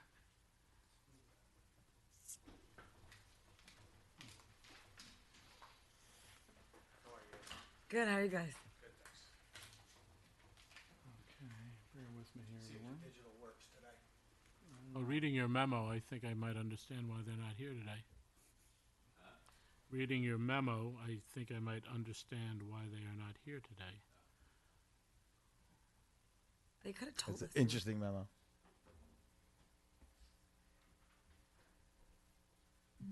Yeah, just some things that really need to be looked at and Yeah. and verified. Good evening. My name is Peter Scott. I'm an architect and engineer representing the applicant tonight, 3850 Foothill Street. We've been to the planning board numerous times. I think we even visited here once in the past. And basically, what we're looking for is a consideration to amend the R140 residential zone currently on the property to that of a multifamily option, which would be 20 units. Could you make that map a little bigger, or get rid of the stuff on the side? Well, now we're pushing the envelope here. Let's see. Get my glasses on. Okay. If you hit the little X where it says all folders, go all the way left. Yeah. See where the blue arrow is? Hit that. Nope, down. Right there. Oh, you just crossed the X. Right here. Oh, there. Nope, right there. Yeah, there you go. There you go. Okay. All right. It helps a little bit. So basically, what we had is we designed a fully conforming 7-lot residential development project on the property. Each lot was a minimum of 1 acre. But because of various septic requirements, slopes less than 15%, we basically achieved our requirement of having on-site septic and on-site, we've got community water. But in that regard, to fit the septics on the property, as you can see, we developed most of the site to make the septics work. The issue we had in the property is it's constrained with a DEC wetland to the right, which was approved recently by the DEC in terms of actual flagging. But to achieve sloped areas to meet the health department criteria, we spread the property out and achieved the 7 lots. And that has been reviewed by Westchester County to achieve some viable areas. So, so what we propose then as an option to this is that we are looking at developing the property as shown with 20 units of apartments. What they are is townhouse apartments. That is, they have a basement, a first floor, a second floor, 2 bedrooms each. So it's like attached housing is we're looking at, and these are higher end. These aren't little flats. These are very somewhat elaborate house designs for the property. Why we're going with more of a higher number is, again, Yorktown has a more affluent, more affluent area, and there's a high demand for these type of units. Basically, when we established the layouts you see before you, we did a couple things with this. This reduces the area of disturbance substantially. It basically provides amenities, some clubhouse potential. We also are able to provide much more planting and controlled development of the site. Because when we do subdivisions, what happens is we do a lot of subdivisions, and every time you do create the lots, the next thing you have is McMansions being built all across the property. They develop every square inch of it nowadays. They take down all the trees, there's no buffering. Well, with this particular proposal, we keep all the buffering in place. In fact, we're developing about 5 acres of the property, and all the rest of it, as you see on this plan, would be either remaining as a heavily wooded site, and also in the front of the property, we have large treescapes proposed based on the type of treatment we're using for the stormwater. So what we did is we did a comparison analysis on the project, and it's in a report I did submit to you, referred to as the Foothill Street Subdivision Multifamily Narrative and Comparative Analysis. And I can put the numbers on the screen for you, but I'm not sure I can read them from there, but we'll try. Oops, too far. So what we did for the planning board is we basically compared both those projects basically in regards to zoning issues. And those zoning issues consisted of everything from the impervious areas, driveway lengths, coverages, open space, cut and fill analysis.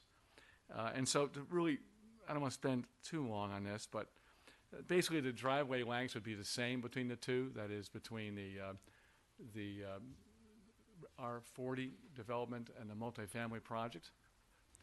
With the multifamily project, though, with the roadway, we don't need a cul-de-sac at the end, but we did provide a secondary emergency access to the roadway that we proposed.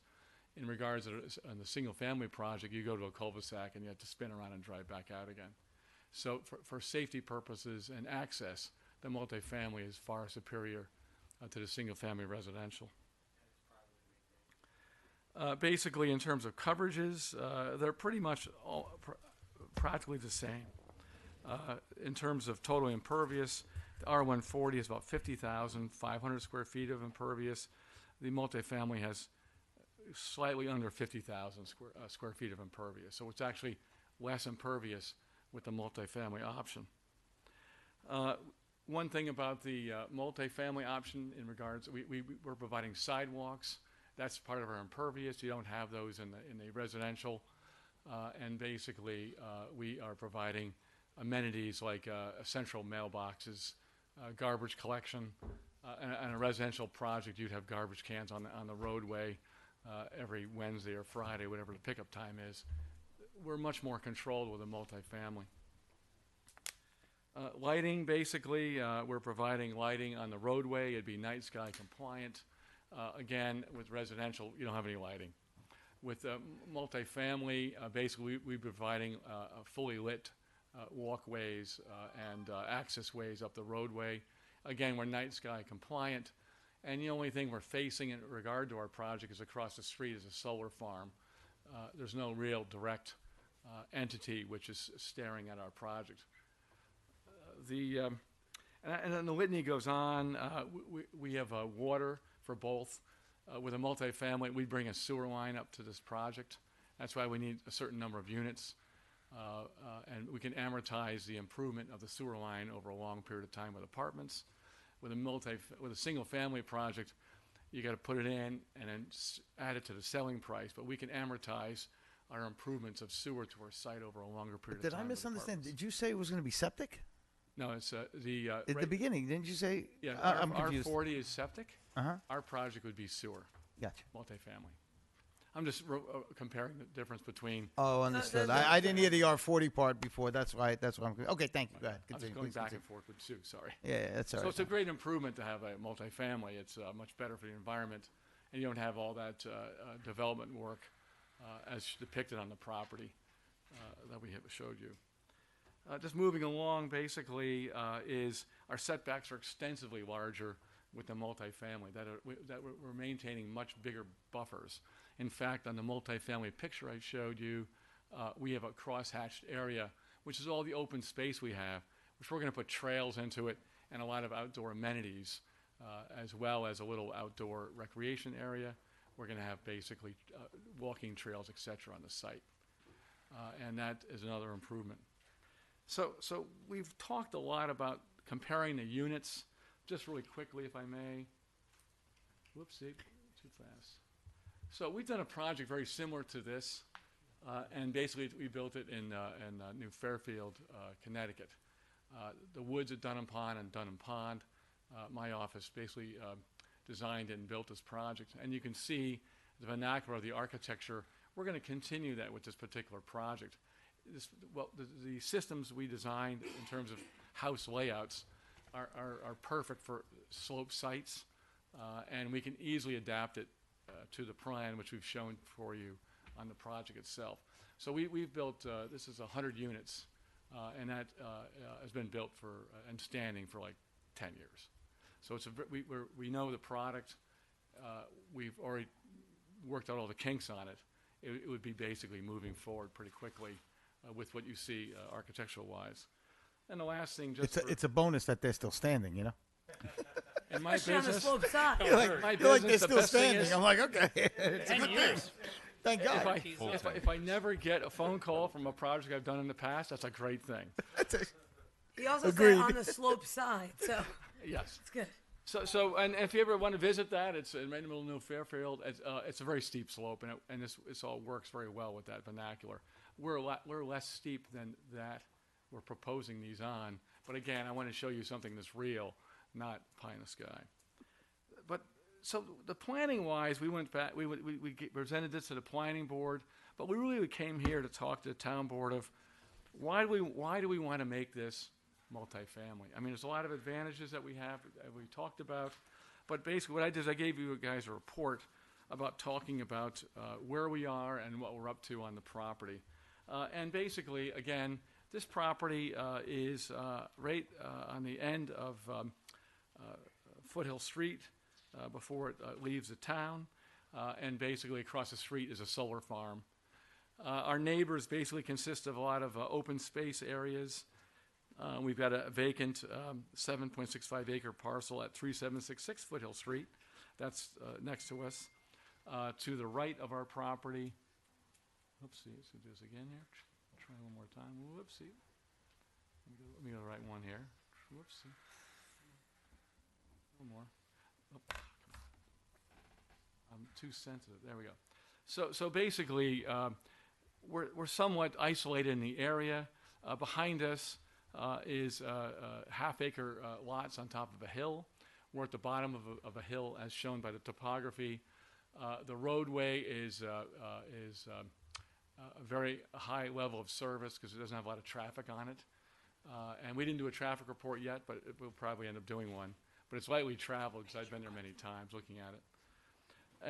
And so basically, again, we're in an area where there are other multifamily projects.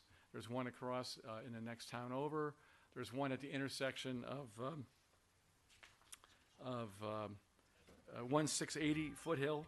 There's some units in that location. There's 202 Foothill Street in the Putnam Valley. They have about 50 units. And then there's also at 3574 Lexington Avenue, there's also some units in that area. So we're generally in that vernacular of having mixed use, smaller house lot sizes, and there is some multifamily. Also within the vicinity, there's also a lot of larger projects, market rate apartments, and I have a list in my report, which I don't want to bore anyone with. There's a bunch of other proposed projects in town that are going through, but a lot of the apartments are senior housing, active senior housing communities, and that seems to be what's moving forward because it's permitted by zoning in most cases. And you've got a lot of those before you on the planning board area. So what we're proposing is apartments, and they're market rate apartments, and we're proposing 2 affordable, 10% of our project would be affordable. And I did prepare a report about the multifamily benefits. And what we want to talk about is why this is a great lot for becoming multifamily. Again, we have a lot of open space on the property. We're centrally locating all of our projects. And multifamily is much more efficient land use. We can have a higher density population in a smaller zone. And there's many studies of it. I did attach a study to my report, and the study was from bear with me here. Okay. There's a study in there from the Community Housing Board Review of Housing Inventory and Housing Needs, and that was by in Yorktown. The study took place. And basically, there's a big need for apartments. People can't afford the single-family homes anymore because of a couple things. The entry fee for the land costs are high. Basically, young people don't want to buy house lots. They'd rather rent. And a lot of people don't have that nest egg to put down as a substantial deposit on a house. In fact, we looked at a bunch of studies and it indicated clearly that the demand now in the future will be more multifamily and less single family. And then when you look at after the COVID eras and the inflation we've been through, house prices have gone up by 40 to 50%, the construction costs alone. And so what we were building a couple years ago, a 3,000 square foot house, typically could go for like 600,000. Now we're doing for 850, 900, over $1 million. A lot of houses are pushing the $1 million barrier. And it's a hard way to get people into town. So, but what we looked at is affordability and accessibility for this project. When you look at multifamily, it's very easy for us to make them accessible for the handicapped. We can provide inventory for people with various needs besides having a single-family home, which for a lot of people is difficult to maintain, and basically a drain on their budget. One more thing is when we do multifamily, we get economic benefits from that. When you look at the difference between multifamily and single-family, there's a history that we provide more tax revenue per acre for multifamily, less issues with public services being provided, because by multifamily, we provide, like we're going to provide our own sewer extension. We're paying for a lot of amenities, which basically would be required by a town. The town has to maintain a town road if we're adding a road for people with a cul-de-sac, and then we eliminate all that because we're going to have an HOA. We're going to have it's actually a community development corporation which will manage all this and maintain all the items that we're talking about. Environmental sustainability, much less carbon footprint, because when you do multifamily, we're attaching all the buildings to one another, and basically our footprint is substantially smaller while providing more opportunity for people to live there. In addition, we have a more dense parking capacity and more efficient. If you looked at that single-family project I presented to you, not only it did have a 650-foot cul-de-sac road, but then from that cul-de-sac road, we had driveways spinning all over the place on the hillside like a spider web. We don't have that with a multifamily. It's much more efficient and dense. We support diverse housing with going with multifamily. By diversity, we have various lifestyle floor plans available for both young people, young families, and seniors. They all can live in this type of project. And again, with all these amenities we provide, it's a benefit for them to live there. And what we have more, we've done studies, and for community involvement is much greater in multifamily. In single family, all you do is you yell to your neighbor across the limited trees that are remaining between the buffer. There's no community involvement usually with a multifamily subdivision.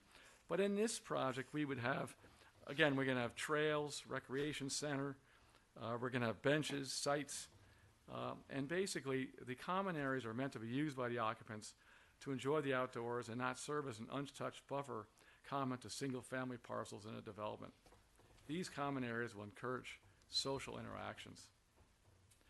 Multifamily community also increases safety because we have a monitoring company which will provide services of security to our particular project. A lot of older people don't want to go to single-family homes because there's no real ability to protect access to a project because you're on a town road. That is, our cul-de-sac would be a town road. So anyone can go visit that. Our favorite story is when we build single-family home lots. After I build the road, I get a huge collection of refrigerators show up before I can build the houses and have them occupied. It becomes a dumping ground for us on a lot of our subdivisions we build. Every model That's what happens when you bring it by bulk. Yes, I know. I could bring it down to those guys with the bottles. But there you go. But basically, no tractor trailers. Yeah, but basically, in a multifamily environment, basically the people who live in a multifamily project look after each other.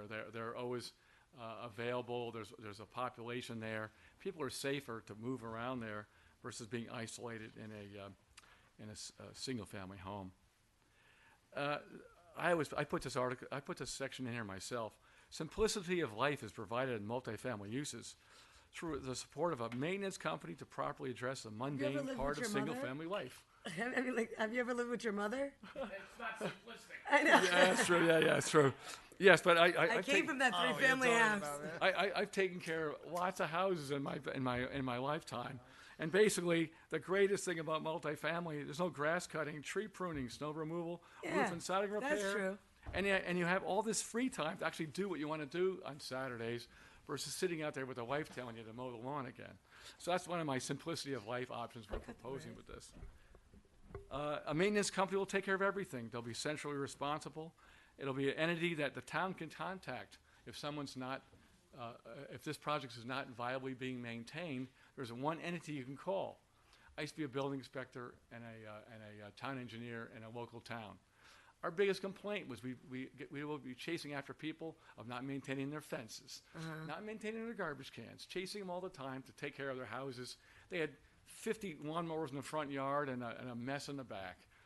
With a multifamily project and a maintenance company, which was a one access point for contact, they keep this clean and neat. It'll be as clean as the day we build it until we'll always maintain it at a high level.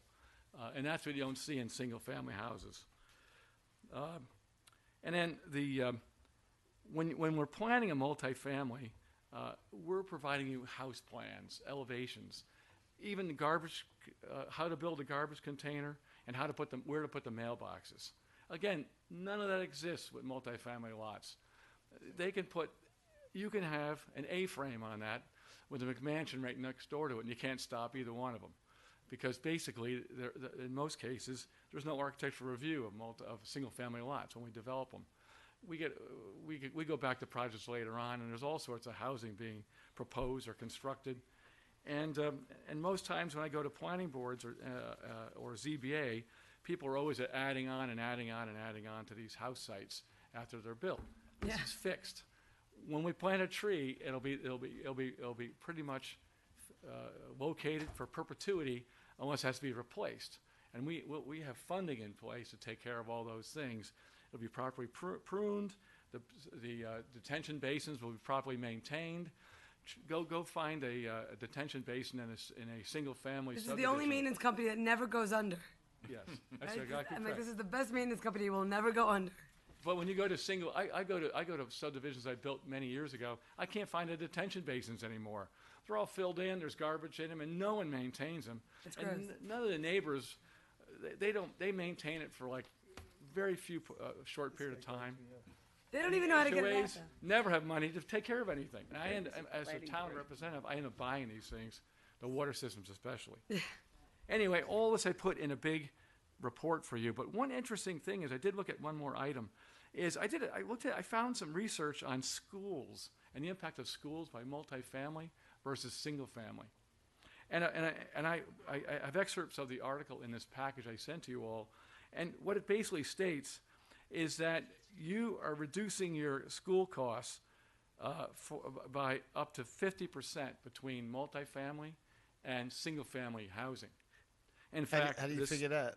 because they've done all these studies in regards to various subdivisions in Westchester, and I have all the facts mentioned here, but they clearly indicate that the estimated one-year financial benefits range from a low of $333,000 to a high of $1.2 million when they compared single-family projects with kids and multifamily.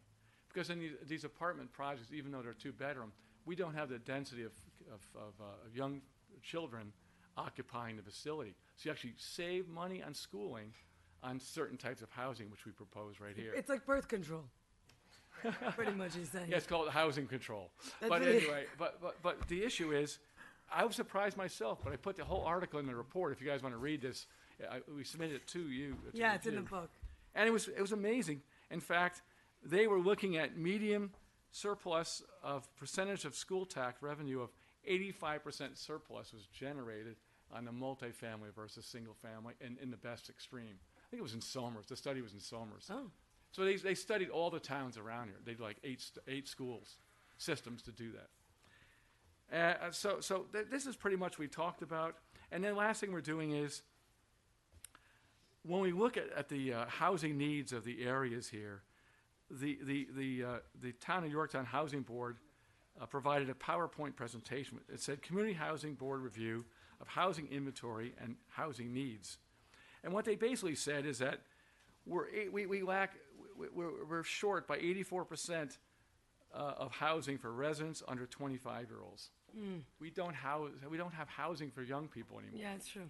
And what they're saying is to make in the report, they said a vibrant way to make a town work is to provide housing for young people. Because young people, basically, when they establish roots in something like we have here, they're more bound to stay in the area and go. Then they would buy the starter home, and they'd stay longer in the town because they have the roots established for them with a nice project. But young people nowadays don't want to go to a one-story flats on the edge of the sewage treatment plant, which you see a lot of places in affordables out all over the place. This is a high-end project. It's going to be in a nice wooded area. I forgot to mention one more thing. Our traffic study indicates that the daily rate of traffic from multifamily is less than than single-family housing. It's in the report as well. Less traffic on the road. Just an add-on.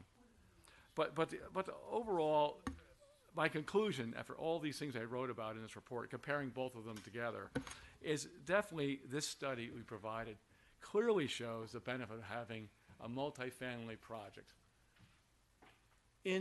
on this piece of property as we described before you. We honed the number of units to a point where it would show a substantial benefit for the town if we went to the 20 units versus 7.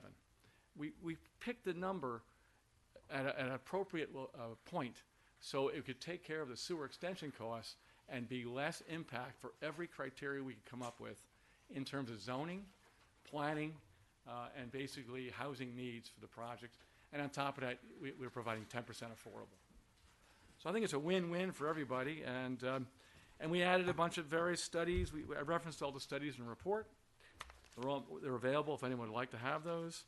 And we provided the entire Yorktown housing study that was completed, which clearly showed a need for housing of which we're providing here today. Can you email the report? I mean, if you give me something like that, I'm gonna. Yeah, we emailed it. It was submitted with the package to your board, the town board, and you have it in email form already. Yes. Okay. It's in a pin. Mr. So Scott. it was interesting interesting reading anyway. Thank you for the presentation. This is the second time I've heard it because I was at the planning board when you gave that. I have a lot of comments, but before I make a comment on your presentation, I have a question. What percentage is the slope for buildings A and B? The people, I have a very low-key, small map here, but for those in the audience, it's the upper portion of the site that you can just, it looks shaded, but that shading is actually topo lines. Yeah, what So we did A and is- B is on what percentage slope? Well, we're over, it's like 16% slope is in that area, 16 to 7% slope. And what we're doing is we're providing 2 retaining walls behind the All building. right, so you're, okay, 16 to 17%. That's 16 to 17%. Okay, slope. for the So entire we're- siding of the building?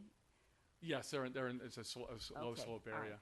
Okay. And if I could clarify real quickly, I put 2 retaining walls in there, 8 feet tall, separated by 5 feet to create a backyard, similar to those pictures which I showed you for the project I did in New Fairfield.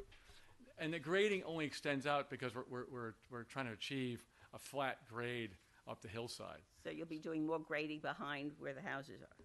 It's shown in the picture Yeah. already. All right, And that's all grass. It's going to be grass. Okay, just apropos, as I told the board last week, that I will be coming back to the board at the September 2nd meeting for a recommendation that we have additional laws on our books dealing with steep slopes. Steep slope is anything greater than 15% in general.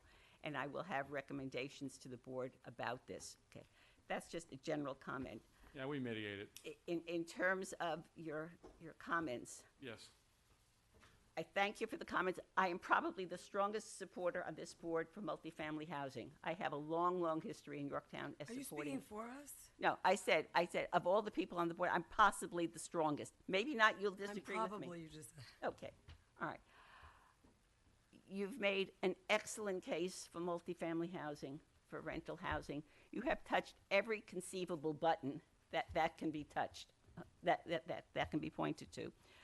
The one thing that you didn't say, but that you said at a previous, whether it was a town board meeting or a planning board meeting, is one of the reasons you're coming in for multifamily housing is because, and you said this, and it's there in the record, that you can't do single-family houses across the street from a solar farm.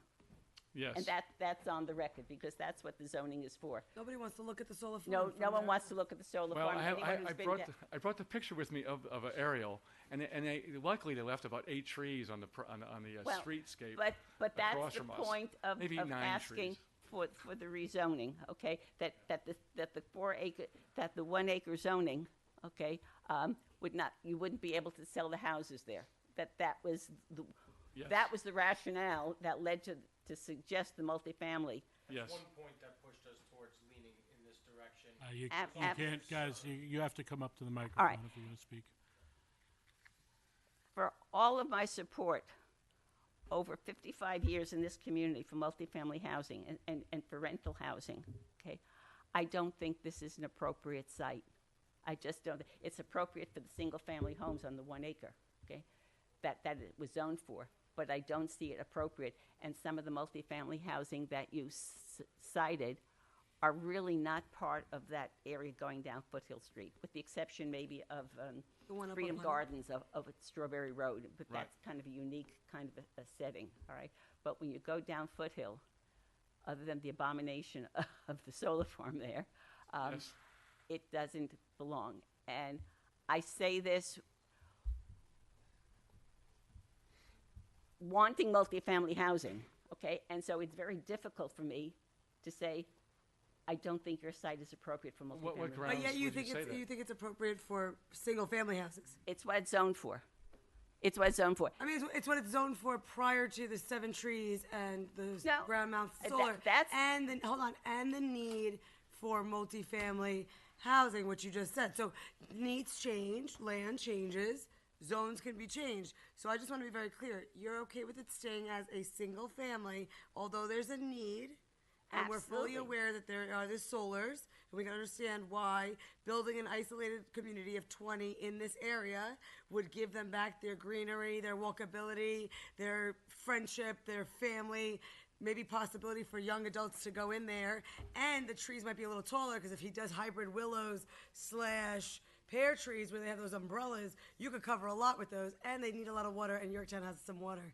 Just, you know, Yes. I have a landscaping hat. I- So I'm just saying, why would, for you to say that, I'm just curious, being so advocate for multifamily housing. Because I believe in putting multifamily housing where it belongs, and I don't think it belongs on that part of Foothill Street. Because you're a builder? No, because I don't think from a neighborhood sense that the multifamily Oh, because that neighborhood has a sense? Have you driven up Foothill? Yeah. Because It's very literally narrow a and it solar goes- farm, and you it drive goes up like this. until you're in Putnam. There's no house. you Or you go through the like woods to the this, right. and I get worried because I'm not, as I'm coming either up or down, I'm not sure what I'm going to find there. just curious. I don't know it's what we're not- comparing it to. So I've been there. In the and, traffic, we're proposing some improvements to that as well in our proposal. again, this is a very difficult decision for me because I am such a supporter of multifamily housing. I just don't think this is the appropriate site, and I'm concerned about the building on the slope. If I may, and- I'm sure it'll be a big decision for all of us, but And it will I'm be, it's a thinking tough that decision, but that's Susan, the way it right is. now- And I appreciate your volunteering to make 2 units affordable, because Yes. that's a whole another separate issue, okay? So I appreciate that you are taking the initiative to do that, all right? You haven't talked about, you call it high-end and so forth, but we haven't heard what the rental price will be for the 25-year-old who's just starting out. That's another issue, okay? Which Yes. we haven't asked about. If I may just provide- I yeah. applaud you. You have got the most super presentation in support of multifamily housing that I have heard in the 55 years I've been here. All right. Thank you. And you should can it and sell it because it is so good. All right. But so if I may, that's why I'd love to have people visit that project we did in New Fairfield, which is even steeper than this. And basically, because what we do, if we don't build this and we build a single family, we're going to be putting driveways and roads and access ways all over that hillside on the slopes that you hold so dear. And in this option, because it'll be as of right, I know. Well, and they all meet zoning and health department. if we regulate building on slopes, then you wouldn't have to do that. The other option for doing less disturbance is do a cluster subdivision, but you'd need sewers for that, and your cost figures don't work out That's right. to put the cost for the 7 I- homes, and I understand that. In 30 years, I've done about 20 clusters. Yeah. And most of them have been unwound from clusters after we did them. I mean, it was a great idea to do cluster subdivisions, but we never could get those to work. No one wanted the open They work in land. Yorktown. Yorktown has them, and they work. Yeah, we've tried a lot of them. You can't change the lot size is shrunk. You can't change that. You've got an HOA if they maintain the land, and True, that's up to yes. the HOA. Some HOAs work, and some don't work. We've been Yep. through that, all right? Been that. But the rationale for cluster or the flexibility that we have, Yorktown has two provisions in its code to help minimize disturbance, okay, and preserve so much of the open space. But you do need sewers for that, and you're saying, I'm not a builder, so I can't talk about the economics of extending your sewer line, which would actually go into Putnam Valley. It would not be a Yorktown sewer line that you would connect to. So I don't know the economics of that, but I'll take your word for it that it's not economical, because you have to put that up on the front of the house. And you can't sell a house at that price level across from the solar farm. That's a problem. And that gets back to why we are having issues with our solar loft because of the issue with the visibility of the solar farm. I mean, I'd love to put up a curtain there and have a nice rolling hillsides and greenery. Some people do golf like that, right? It's a green Anyway, screen. so I appreciate That's my opinion. Can I answer any other? You have 2 points of access and egress, correct? You Yes. mentioned that? Yes. Are they all self-contained within the unit, so then are you only actually having 1 point of access and egress onto Foothill Street? This backs up to Eleanor, if I'm not correct. Oh, right? yeah, so Is there property, let me finish. Sure. If there's property between your development and Eleanor, and I think you had mentioned some half-acre lots, if I'm not hallucinating over here, that were buffering between your property and Eleanor. My concern is that your secondary point of access and egress will be coming onto Eleanor Road. I'm doing a That's loop. all I want to know. Doing a loop I'm up. good. Okay, thank you. What the heck are you guys doing over there? Making a lot of noise. You know, I'm not a good DJ, so I'm not touching. Thank you. Yeah, based on the half-acre lots that you had mentioned, I assume that was the case, but If you guys Better want to to- make better comments, ask. you're more than welcome to come to the mic, but it has to be able to be heard over the microphone. Any other questions I can answer someone? Look, I think there are a lot of positives, especially sewer versus septic. Yes. Even if it's only 7, I like the, you know, I like the fact that you're looking at two affordable. Yes. Yes.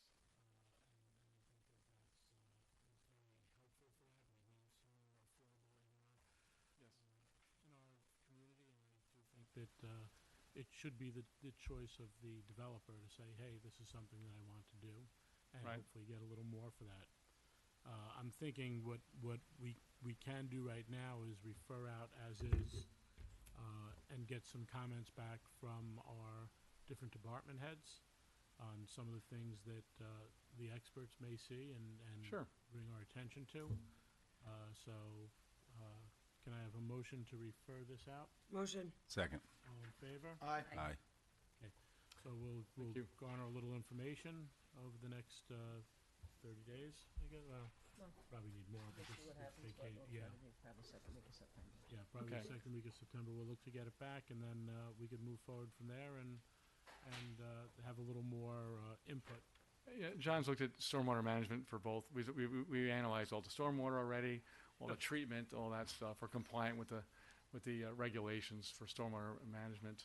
All right, and that'll give our guys down in engineering and guys and gals in engineering, we'll give John Tegeter an opportunity, so that works out good. Very Should good. be- Maybe a last closing statement at all? Well, we appreciate you guys listening to us and, you know, we looked at this property as a good location for it, considering the woods that's surrounding it, not the immediate houses that are And I will ask, abutting it. real quick, you did mention some traffic mitigation plans, that's in the. It's in the binder. It's in the Yeah, binder? we did look at some of the geometry, and we could be improved pretty quickly, just with basic clearing, and it's not a very well-maintained street. No, But we it's would- not. we could offer improvements to that. Okay, thank you very much. Thank you very much. Thank you, Why everybody. not? Appreciate it. And we can guarantee it'll still be standing in 10 years. Yes. The 10-year 10 years, guarantee. 11, that's a mess. Bye, guys. Thank you. All right, Ed, I'll be going out there and doing a traffic study, because there ain't no way that's not a cut-through road. we'll take. Period. Tell me, we'll take the ride with you. That's why well, in a ride, it's sitting out there, rush hour, midday, and rush hour in the evening. Because that's why we put additional stop signs on Strawberry Road, because the traffic on Foothill was so severe. Where's it cut through to? It cuts from Putnam Putnam Valley. Oh, to yeah. Route 6. That's what I was saying before. Anyone that wants to get to the Parkway has got to go 436 down. Right East, to the Taconic. 436 East Main Street, for a SWIP and tree permit. Swipping Which tree. is also why it's a good location, because somebody's got to go to work and come right off the Taconic. Joe, you just jumped in. Right? What?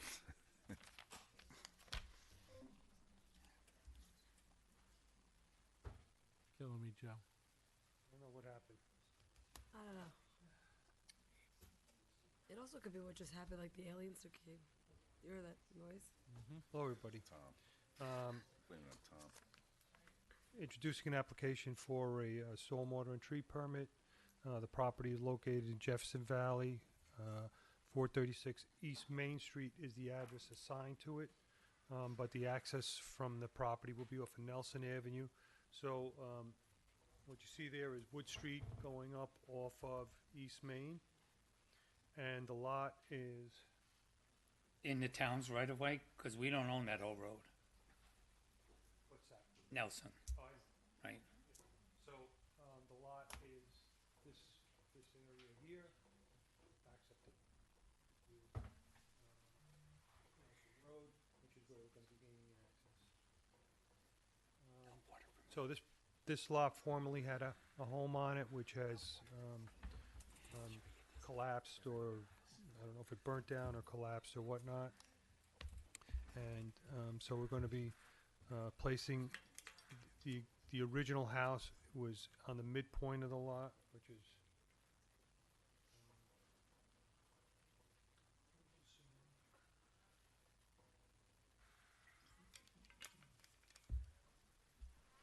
so this is the original house location here, or what's left of it.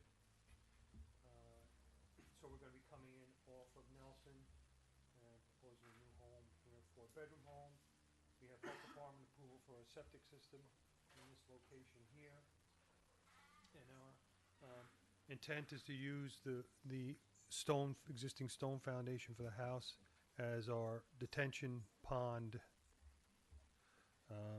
We're going The old to- house you're talking about? Yeah, yeah, so the foundation is intact, and we're gonna use that to store our stormwater, which will be directed down through a stone swale down to that location. Okay. So we're removing 23 trees, 11 of which are invasive trees, and we're proposing 23 trees to be replanted on the Replanted? site. Yeah. It's a little over an acre. It's 1.13 acres. Sir, where is the stormwater going? Where is it outletting to? There'll be an overflow pipe, which will control the flow out, and it'll be directed down the hill in the same direction where the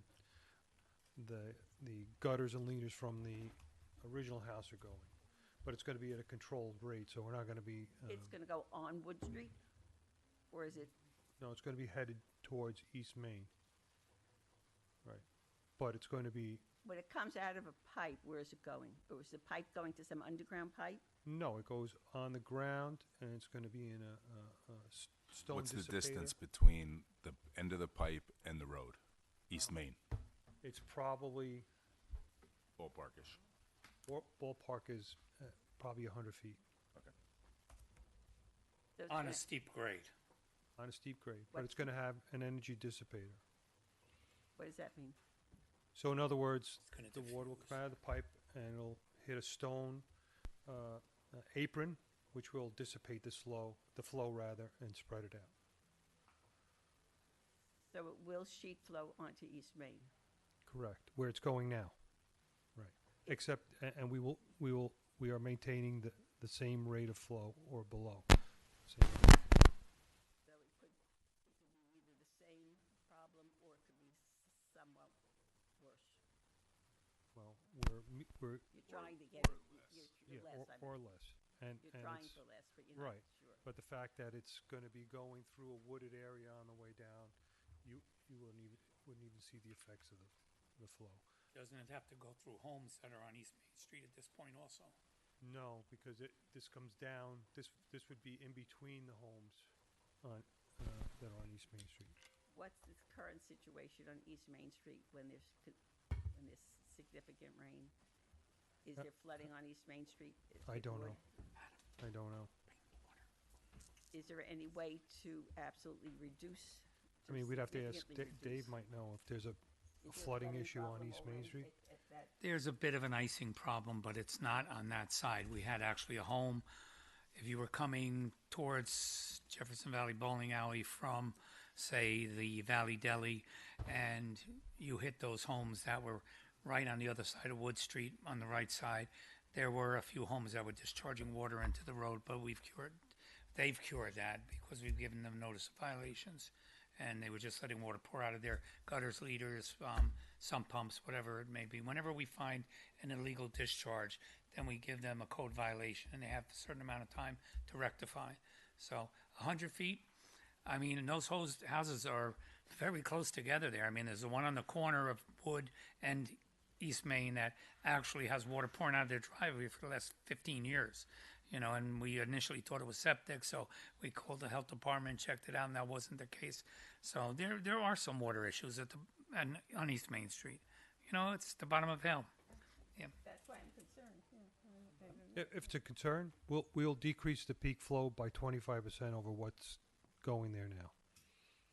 I have no issue with doing that. And if you get a storm like we had July 8th 2 years ago, where you get 8.5 inches of rain in 3.5 hours, it's not going to make a difference. It's not going to make a difference at all. But nothing. No. You can't fix that. No one's coming to fix us on that one. Okay. Anyway. Any other questions? All right.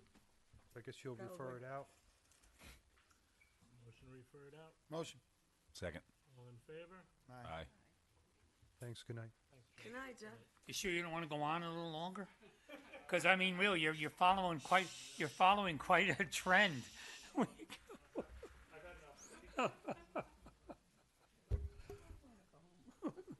You and me All both. right, 3666 Old Yorktown Road. This is a zoning board of appeals referral. Yeah, I think John doesn't want to. He's coming. He's too comfortable.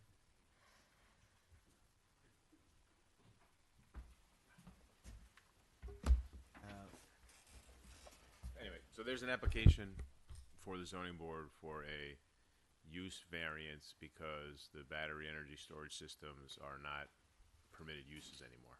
So this is the referral on that application. Okay, Let's motion that out.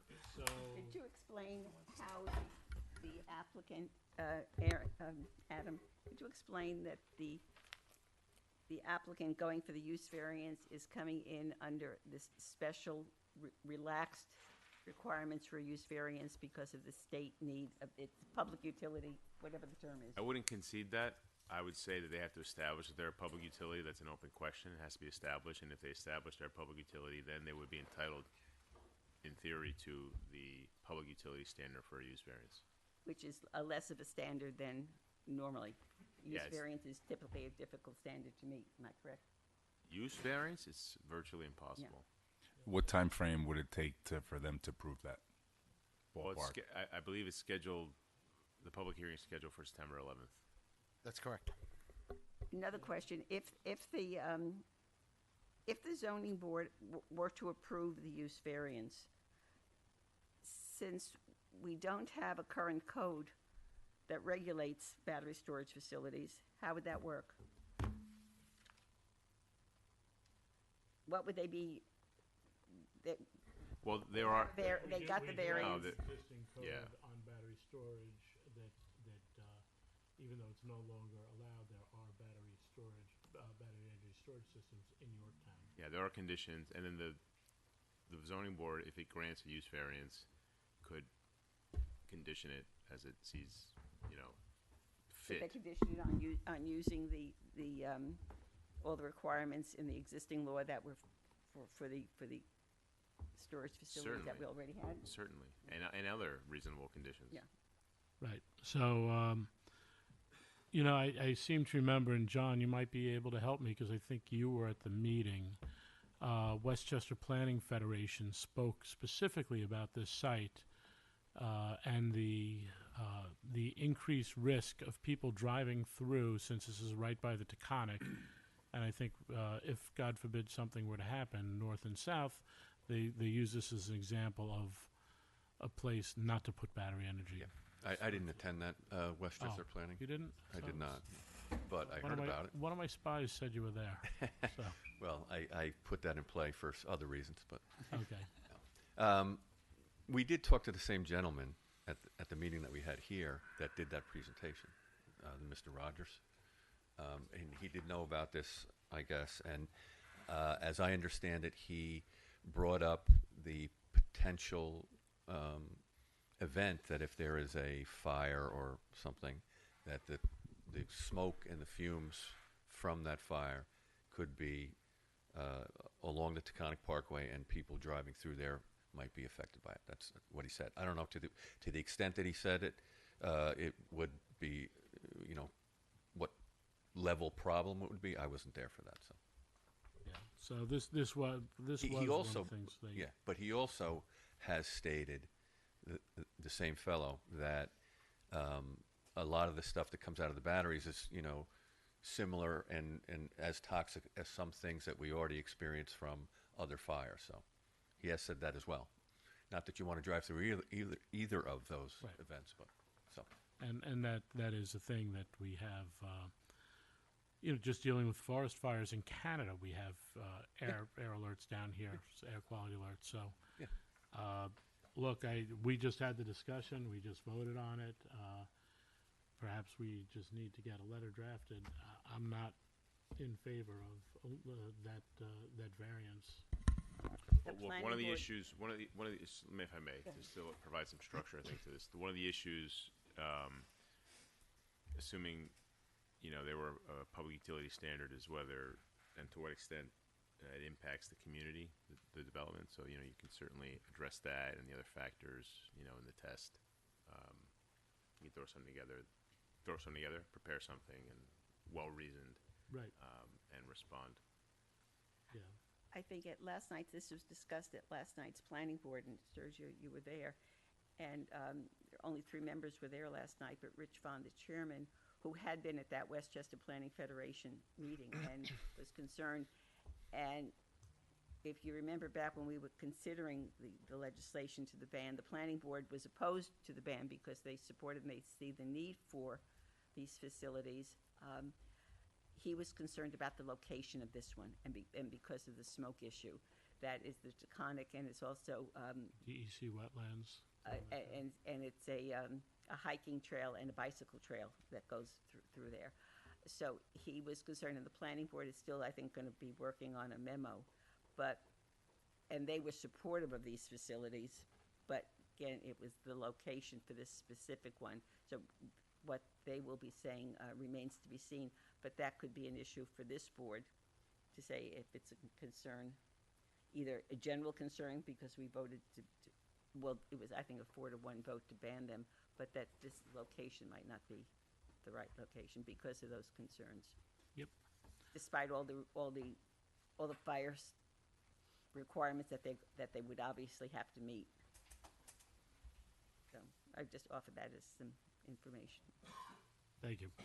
All right, so. And I received an email from one of the Board of Commissioners from Lake Mohegan Fire, and he had concerns with the proximity to the Taconic as well, regarding the vapors, and he was talking about fire hazards, and he was concerned that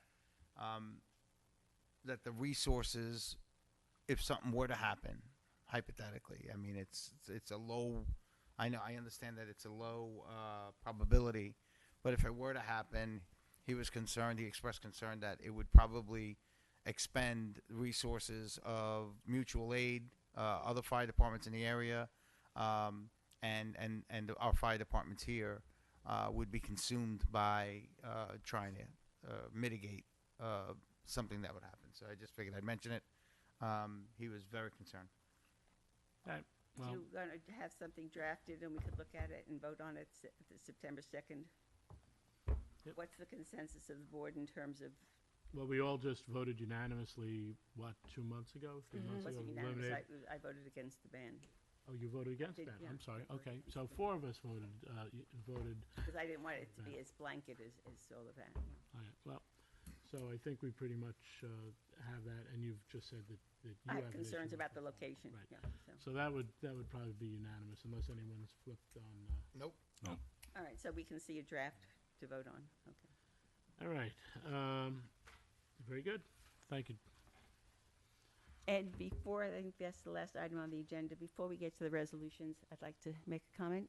Now, the next, I was gonna do the next resolution, since the gentleman's been sitting here all night waiting to be sworn in. Or, I'm sorry, to be voted on to the, Climate Smart Community All right, Task Force. can I make my statement after he make, after, it's about the it's about a resolution. So if, after, No, they didn't show up, so, I mean, Okay. and this is the second meeting they haven't shown up to. Okay. so after we vote on the resolution, Mr. Warden, who's been patiently waiting, I'd like to make a statement before we go through the rest of the Sure, resolutions. Susan. I'll give you 4 minutes on that, okay? I haven't timed my statement. Go ahead. Resolution to appoint Michael Worden to the Climate Smart Community Task Force. Can I have a motion? Motion. Second. All in favor? Aye. Michael, why don't you come up and give us a minute or two about yourself? And thank you for hanging out. No problem. Thank you. We for could have having me. always texted you after. Yeah. Come Nope, on down. No problem. Thanks for having me. As you said, my name is Michael Warden, and thank you to Supervisor Lochterman and the other town boarders members for appointing me. My wife and I have lived in Yorktown for 13 years with our two boys, Colin and Nate, and we've loved it here. They're both come up through the Yorktown school system.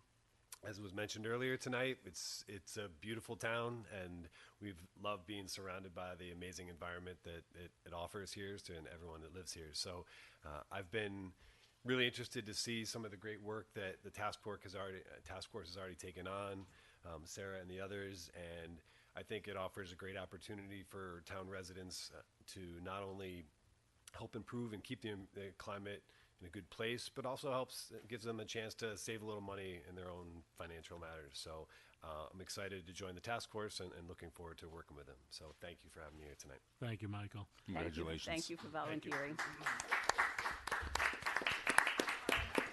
And I am going to apologize because last meeting, I believe it was, we did bring Noreen in for the senior advisory, and I forgot to give her the opportunity to say some words. So I know we'll be seeing her at the first senior meeting, but I might ask her to come in and just tell us briefly about herself.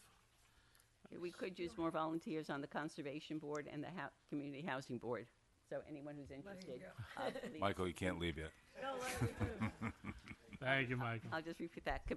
Conservation Board and the Community Housing Board, both two important volunteer boards. So if anyone is interested in serving, just submit a resume to the supervisor's office. Thank you. All right. I have a comment about a resolution that's not on tonight's agenda, and it's a comment that I wish I did not have to make. But as my colleagues have refused to put a resolution on the agenda that I requested, that leaves me with no choice. Residents need to know what's happening, or in this case, what is not happening. At last week's meeting, I raised the issue of the long overdue need to examine how residential developers are charged a recreation fee. And I advised my colleagues that I would be sending Susan, them can I ask you a question Yes. before you go into your 2, 3, 4 page, whatever it is? Did you bother to call Luciana, as I suggested? I spoke to her, and it's in my statement. I spoke to her Thursday night. Because I know. Yeah, she wants my entire file. I spoke to her. I know she's presented stuff to planning. I'm sorry, not planning. I to know, Supervisor, no what planning you don't and know zoning. is she doesn't want me to wait for Adam to write it because she'd like to write it. No, I talk about this in my statement. I give it. So I read your statement. It was very friendly. Let me tell you. No. I should frame it. You didn't read my statement because I just wrote it this No, afternoon. I got your 7 emails. They were lovely. That was different. Okay. Pretty sure it wasn't. But go ahead. The resolution would call for the creation of a commission to explore possible changes in how the recreation fee is collected. When I received the tentative agenda on Friday, the resolution was not on the agenda, along with the 2 other items that I assumed would be on, the solar and the Navajo. So I emailed the supervisor and the other board members, reminding them about the 3 items that needed to be added to the agenda. And I received a response from the supervisor that the solar and Navajo would likely be on the agenda, but he was waiting. We've addressed that issue. But that he was waiting to hear from Luciana, the board's liaison to the Rec Commission, before adding the recreation fee issue. And Councilman Sergio emailed that before the town board considered my resolution, he was waiting to see what Luciana prepared. I should add that while Luciana is the liaison to the Recreation Commission, I've been attending. My response, as I attend the planning board meetings, even though I'm not the liaison, my response to both emails was that although Luciana has collected copies of the recreation laws from other municipalities about a year ago, nothing has been done since then. Nothing, and the year has gone by. And despite my numerous requests to Luciana, the latest of which was last week at the Recreation Commission meeting, I still haven't received copies of those laws. But she did send me an email on September 17th, 2024 that said, and I quote, "I'm waiting to have a meeting with you and Adam along with John Tegeter. I have printed out neighboring town recreation fees that confirms that our town's recreation fee description is the most vague." That was September 2024. I also never heard from my colleagues about the detailed memo I sent to the town board on January 3rd of this year, identifying the many, many problems about the recreation fee in our town code. It was obvious that fixing the recreation fee problem involved more than a copy and paste job from other municipal laws. My memo to the town board did result in a January 15th joint meeting with the Recreation Commission and the Planning Board, but nothing was done after that meeting. There was no follow-up, nothing. And despite my repeated request to the supervisor that the recreation fee issue be discussed at a work session, the subject was never added to an agenda. So is it any wonder that I got tired of waiting and decided to act and propose the review committee?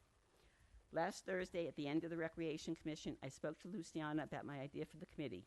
She didn't appear to have any problems with the committee, nor did she appear to have any problems with my suggestion that I serve as its chairman, given the fact that as a retired person, I have the time, and she, as a working mother, who's also running her own business, did not have the time. Also, that I had the experience drafting legislation. So where does that leave us tonight? Unless my colleagues have a change of heart, there will be no resolution, no committee. Just more talk about setting up a meeting like there was a year ago, and we know what that accomplished. In the meantime, we're potentially losing money. One example, there's no requirement in our current code that will require AMS with 180 units to pay a potential $720,000 recreation fee, or something that's more likely to be less than that, considering that they will have a considerable amount of on-site recreation for their residents, although some of their residents will use town facilities. My colleagues say that the New York State law will give the planning board the authority to impose the fee. Again, this is just strictly AMS, which is one of the issues that I identified back in January. But let's be, the Wyand also with about 2021 units never paid a recreation fee because of the technicalities of its zoning. But let's be honest, if there was a requirement in Yorktown's law for AMS, it would strengthen the planning board's ability to impose the fee. For a year, I've been trying to work collaboratively with my colleagues on the issues of importance to the town, many issues. My colleagues and I may not always agree on how to approach an issue or what's best in the best interest of the town. We can politely disagree.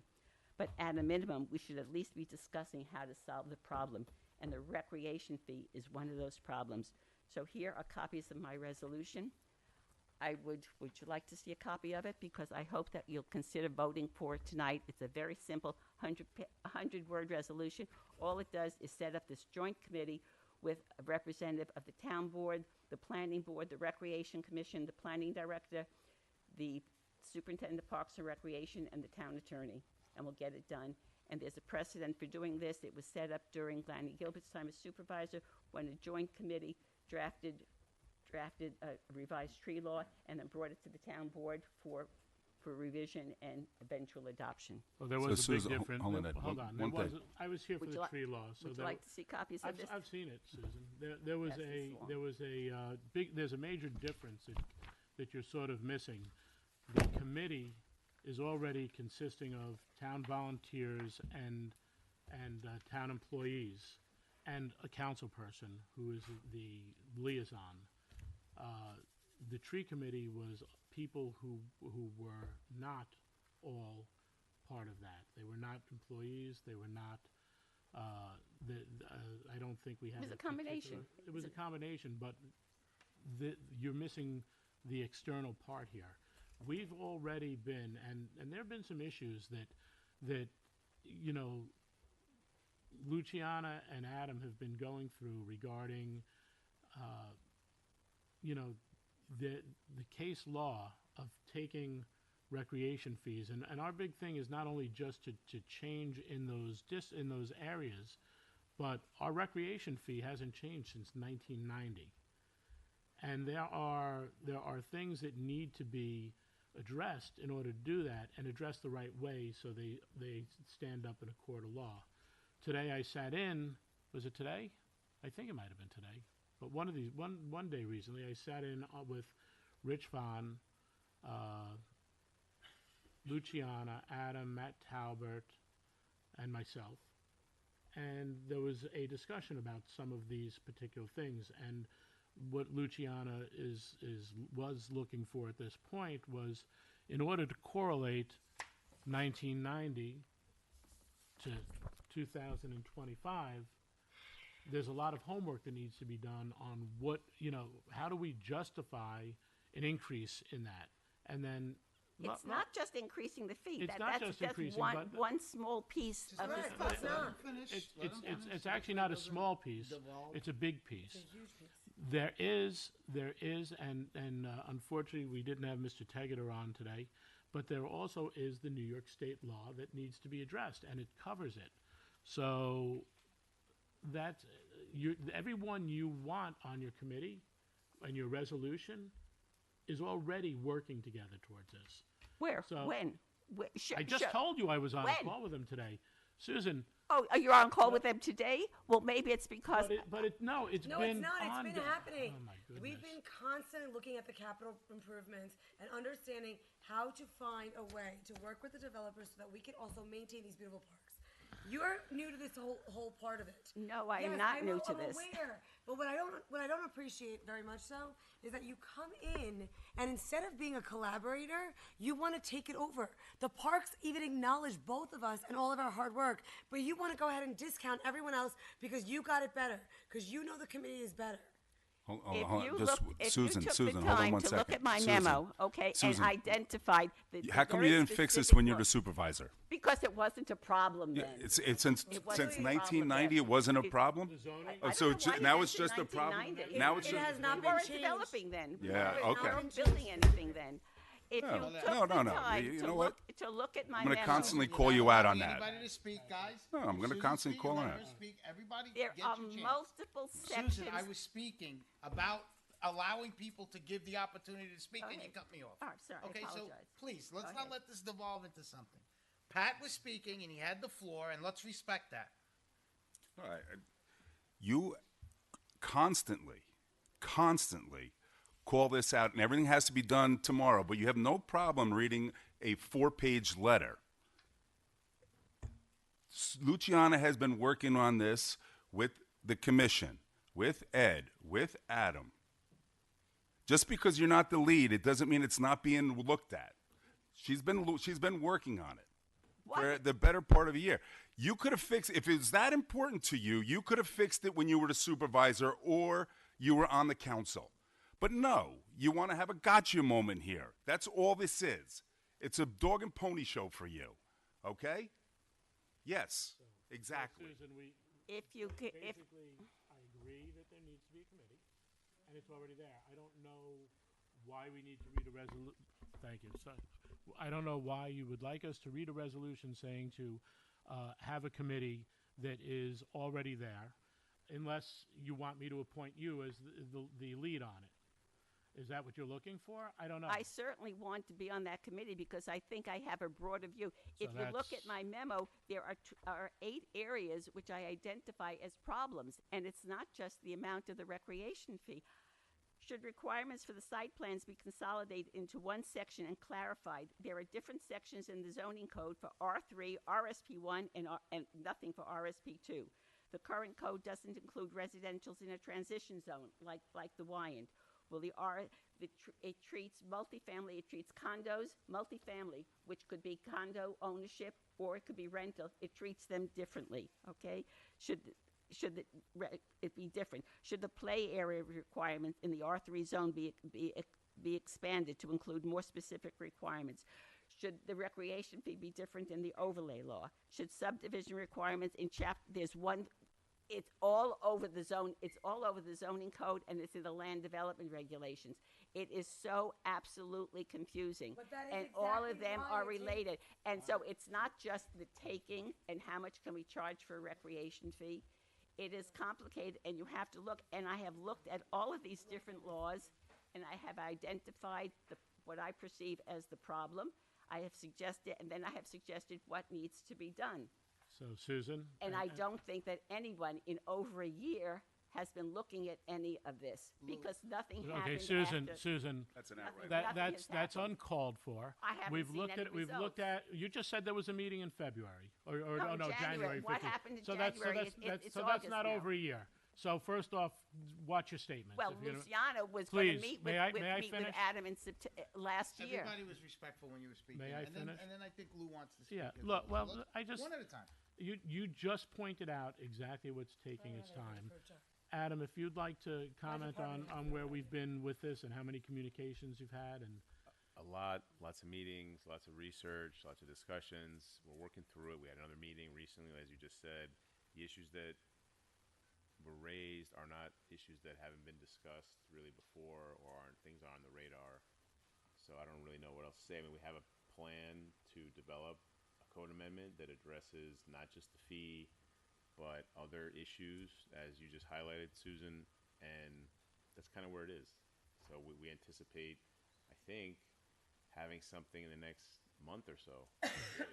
I think that's where we were. I think I said I think what I said at the last meeting was that I'd like it by the last meeting in September, so we could get this going. But it's all there, and I appreciate the work you've done on it, as I've said before. But I am not going to, just like I wouldn't pull the wool out from under you on something you've been working on and give it to Patrick or Sergio or whoever. I'm certainly not going to do that to Councilwoman Luciana. She has she is the liaison. She has the right to finish the project. And I, for one, appreciate the fact that she is trying to be extremely, extremely thorough. Okay? And Then if there are these meetings and these discussions. you then- can't then- be there because it's part of, it would, if I'm there and she's there, it would be a violation of the open meetings law. Well, how about sharing what is being done? Susan, Because I have in the- tried in to the share work- with you. Susan, you had just pointed out how I have my own business, which, by the way, I work with humans, right? One-on-one with a lot of people. I have children, including foster Yeah, you're a kids. busy person. I also volunteer in places that you probably have never even imagined, on top of what I do here. And when you leaned in, I leaned in with you. But you don't lean in to partner. You lean in to shame and take over. And let me tell you something. I have no problem working with you. What I will tell you is the amount of line items that comes about this to get this done by the next third meeting or so that this could be something that's in order. I completely have always felt this urgency. But you come in wanting to be heard, but not to want to collaborate. So I hear you. I am not going to share with someone who doesn't know how to share. Do you understand that? Well, You do not know how to I asked share. you back last September for just copies of the laws I that asked you you- gathered, and you never even sent them. I So asked let's you. talk about let's talk about. You want me collaboration. to sit here and scan papers to you for what? When you've already told me you know better. You literally told me I can write the law. I don't need Adam. That was a year ago when I asked you for copies You of the law. I just- mean, I could look them up myself, but you said you had already done them, so I'd like to see what And you I did. have- I can and say- you talked I about can say- nothing All right, has been ladies, done. Ladies, please. I can say that the department you're heads who are in line, including John, who's here, and good old Adam, who's behind you, have heard a lot from me. Whether you want to prove different or not. Well, then let I me am see so something in sorry let me see that- something in but I don't September. work for you. I work for them. Then I'd Do like you understand to, that I don't work for you? I work for them. That's right. And when and they I call work me, for I them answer. also. Let her finish, please. And If you're working on it, you and Adam and John and working on it, and you have been working on it, then let me see something in September. Let me see after a year of waiting, after a year of saying, can we put this on the agenda? Can we discuss it? Then let's see something, because I've been kept in the dark. You board members know that when I send emails, I typically send them to all of you, and I get 0 response, okay? Should I read 4 pages of the emails on how you spoke about me in these emails? Because I'm pretty sure that as a board member, it would probably be disgusting. But that's okay. Well, then I would talk about the emails that I get from somebody else on this board, okay? That's equally disgusting, but I won't talk about those. You're more than welcome to if they're from me, Susan. All right? When I point out the fact that I'm told by people that you bragged about wanting to run for office to make people miserable. You think about it, because it was another town supervisor that you've communicated with. I ran look, for office because I want to see things get done. Okay. And over the years that I have been watching boards, things have not been getting done, Susan. and that's why I That is not that's accurate. why. The town is doing very well. The town is fiscally in good shape. And for you to make a blanket statement that nothing is getting done is inaccurate. I mean, we could look at when you were supervisor and see how much got done then, but it's irrelevant. And this is the actual point. Like, you sit there and you leverage insults and you leverage criticism. Instead, you should try to work with everybody, because you're not conducive to working with everybody. Nobody wants to work with somebody who is just going to look for some kind of thing that you want to criticize. Instead, we should have a collaborative relationship. I think you understand a lot of the law. I think it would be very helpful. What you don't understand is how to work with other people. That's what you need to work on. I send memos, and I suggested, when nothing was happening on the recreation law, okay, for months, I went through the law and suggested that, okay, collaboratively, and sent it to everyone and got 0 response. Susan, you made your statement. Thank you. Thank I'm going to you move for on. consideration. I hope to see Yep. something in September. So I have one to read in. This is regarding the town's title. Is it 6? 6. Yeah. Six. All right. For some reason, I thought 7. The town's title Different 6, which is transportation services to meet the specialized needs of older adults and people with disabilities.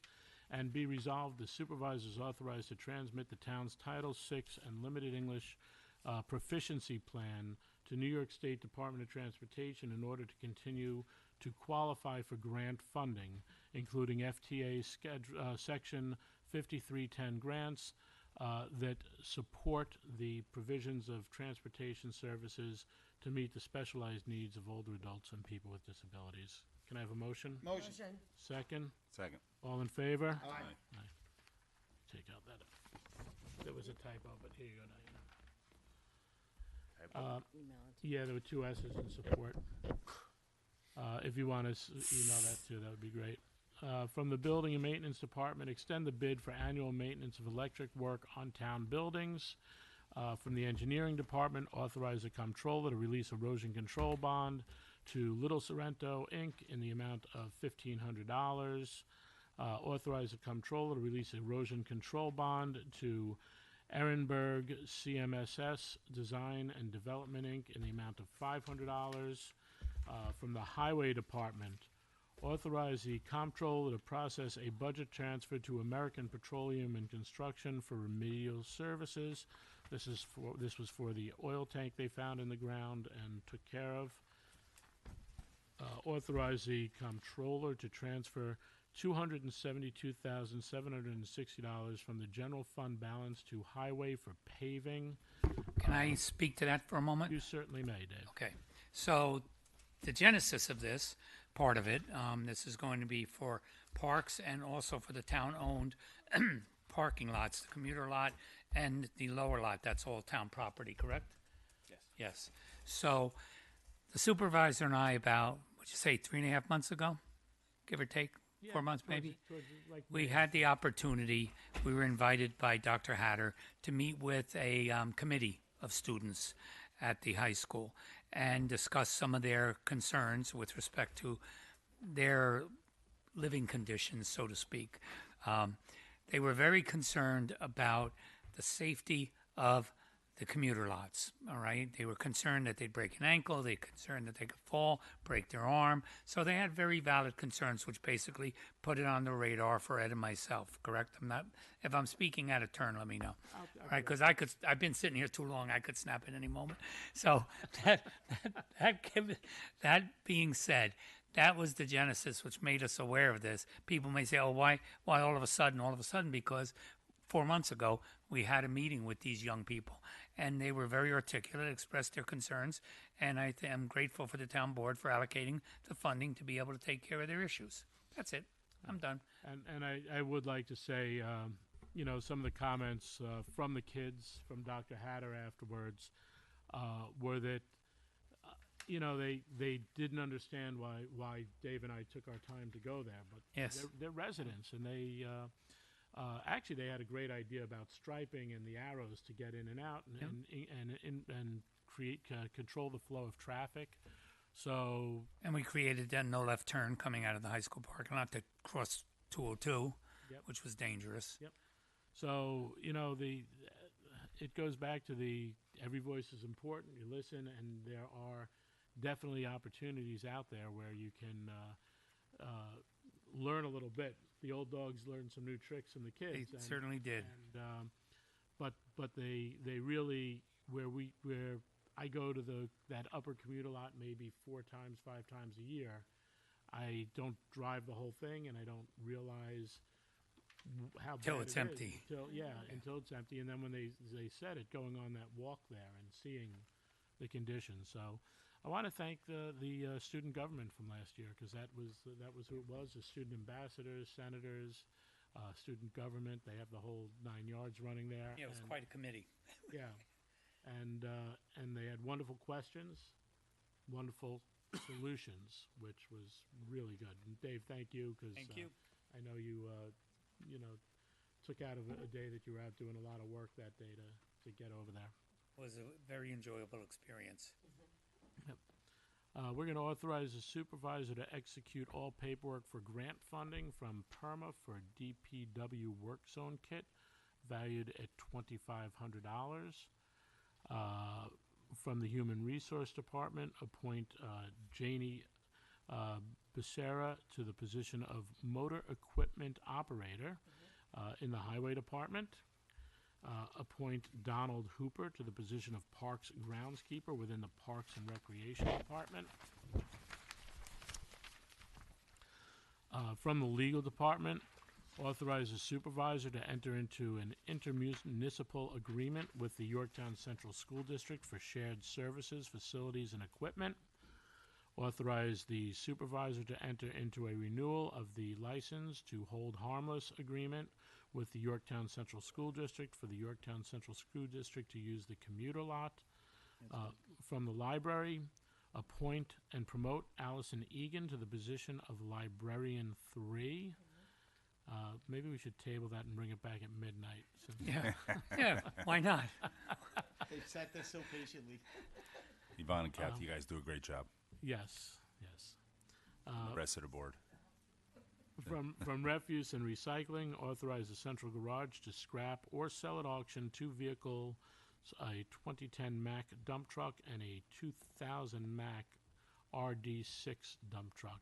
I guess we got our monies out of that, Dave? Would you Yeah, say for actually, that? At the years? the RD6, the year of it and all would be conducive to us using it, as a roll-off, because we're having some frame issues with our roll-off. The problem is that was a very problem-prone truck for refuse and recycling. Yeah.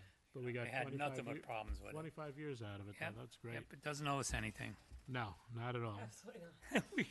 From the Water Department, authorize the control of the process of following budget transfer for the purchase of materials and supplies as enumerated below.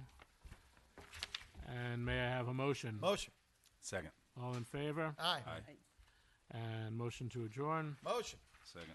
All in favor? Aye. Thank you, Yorktown. Have a good night.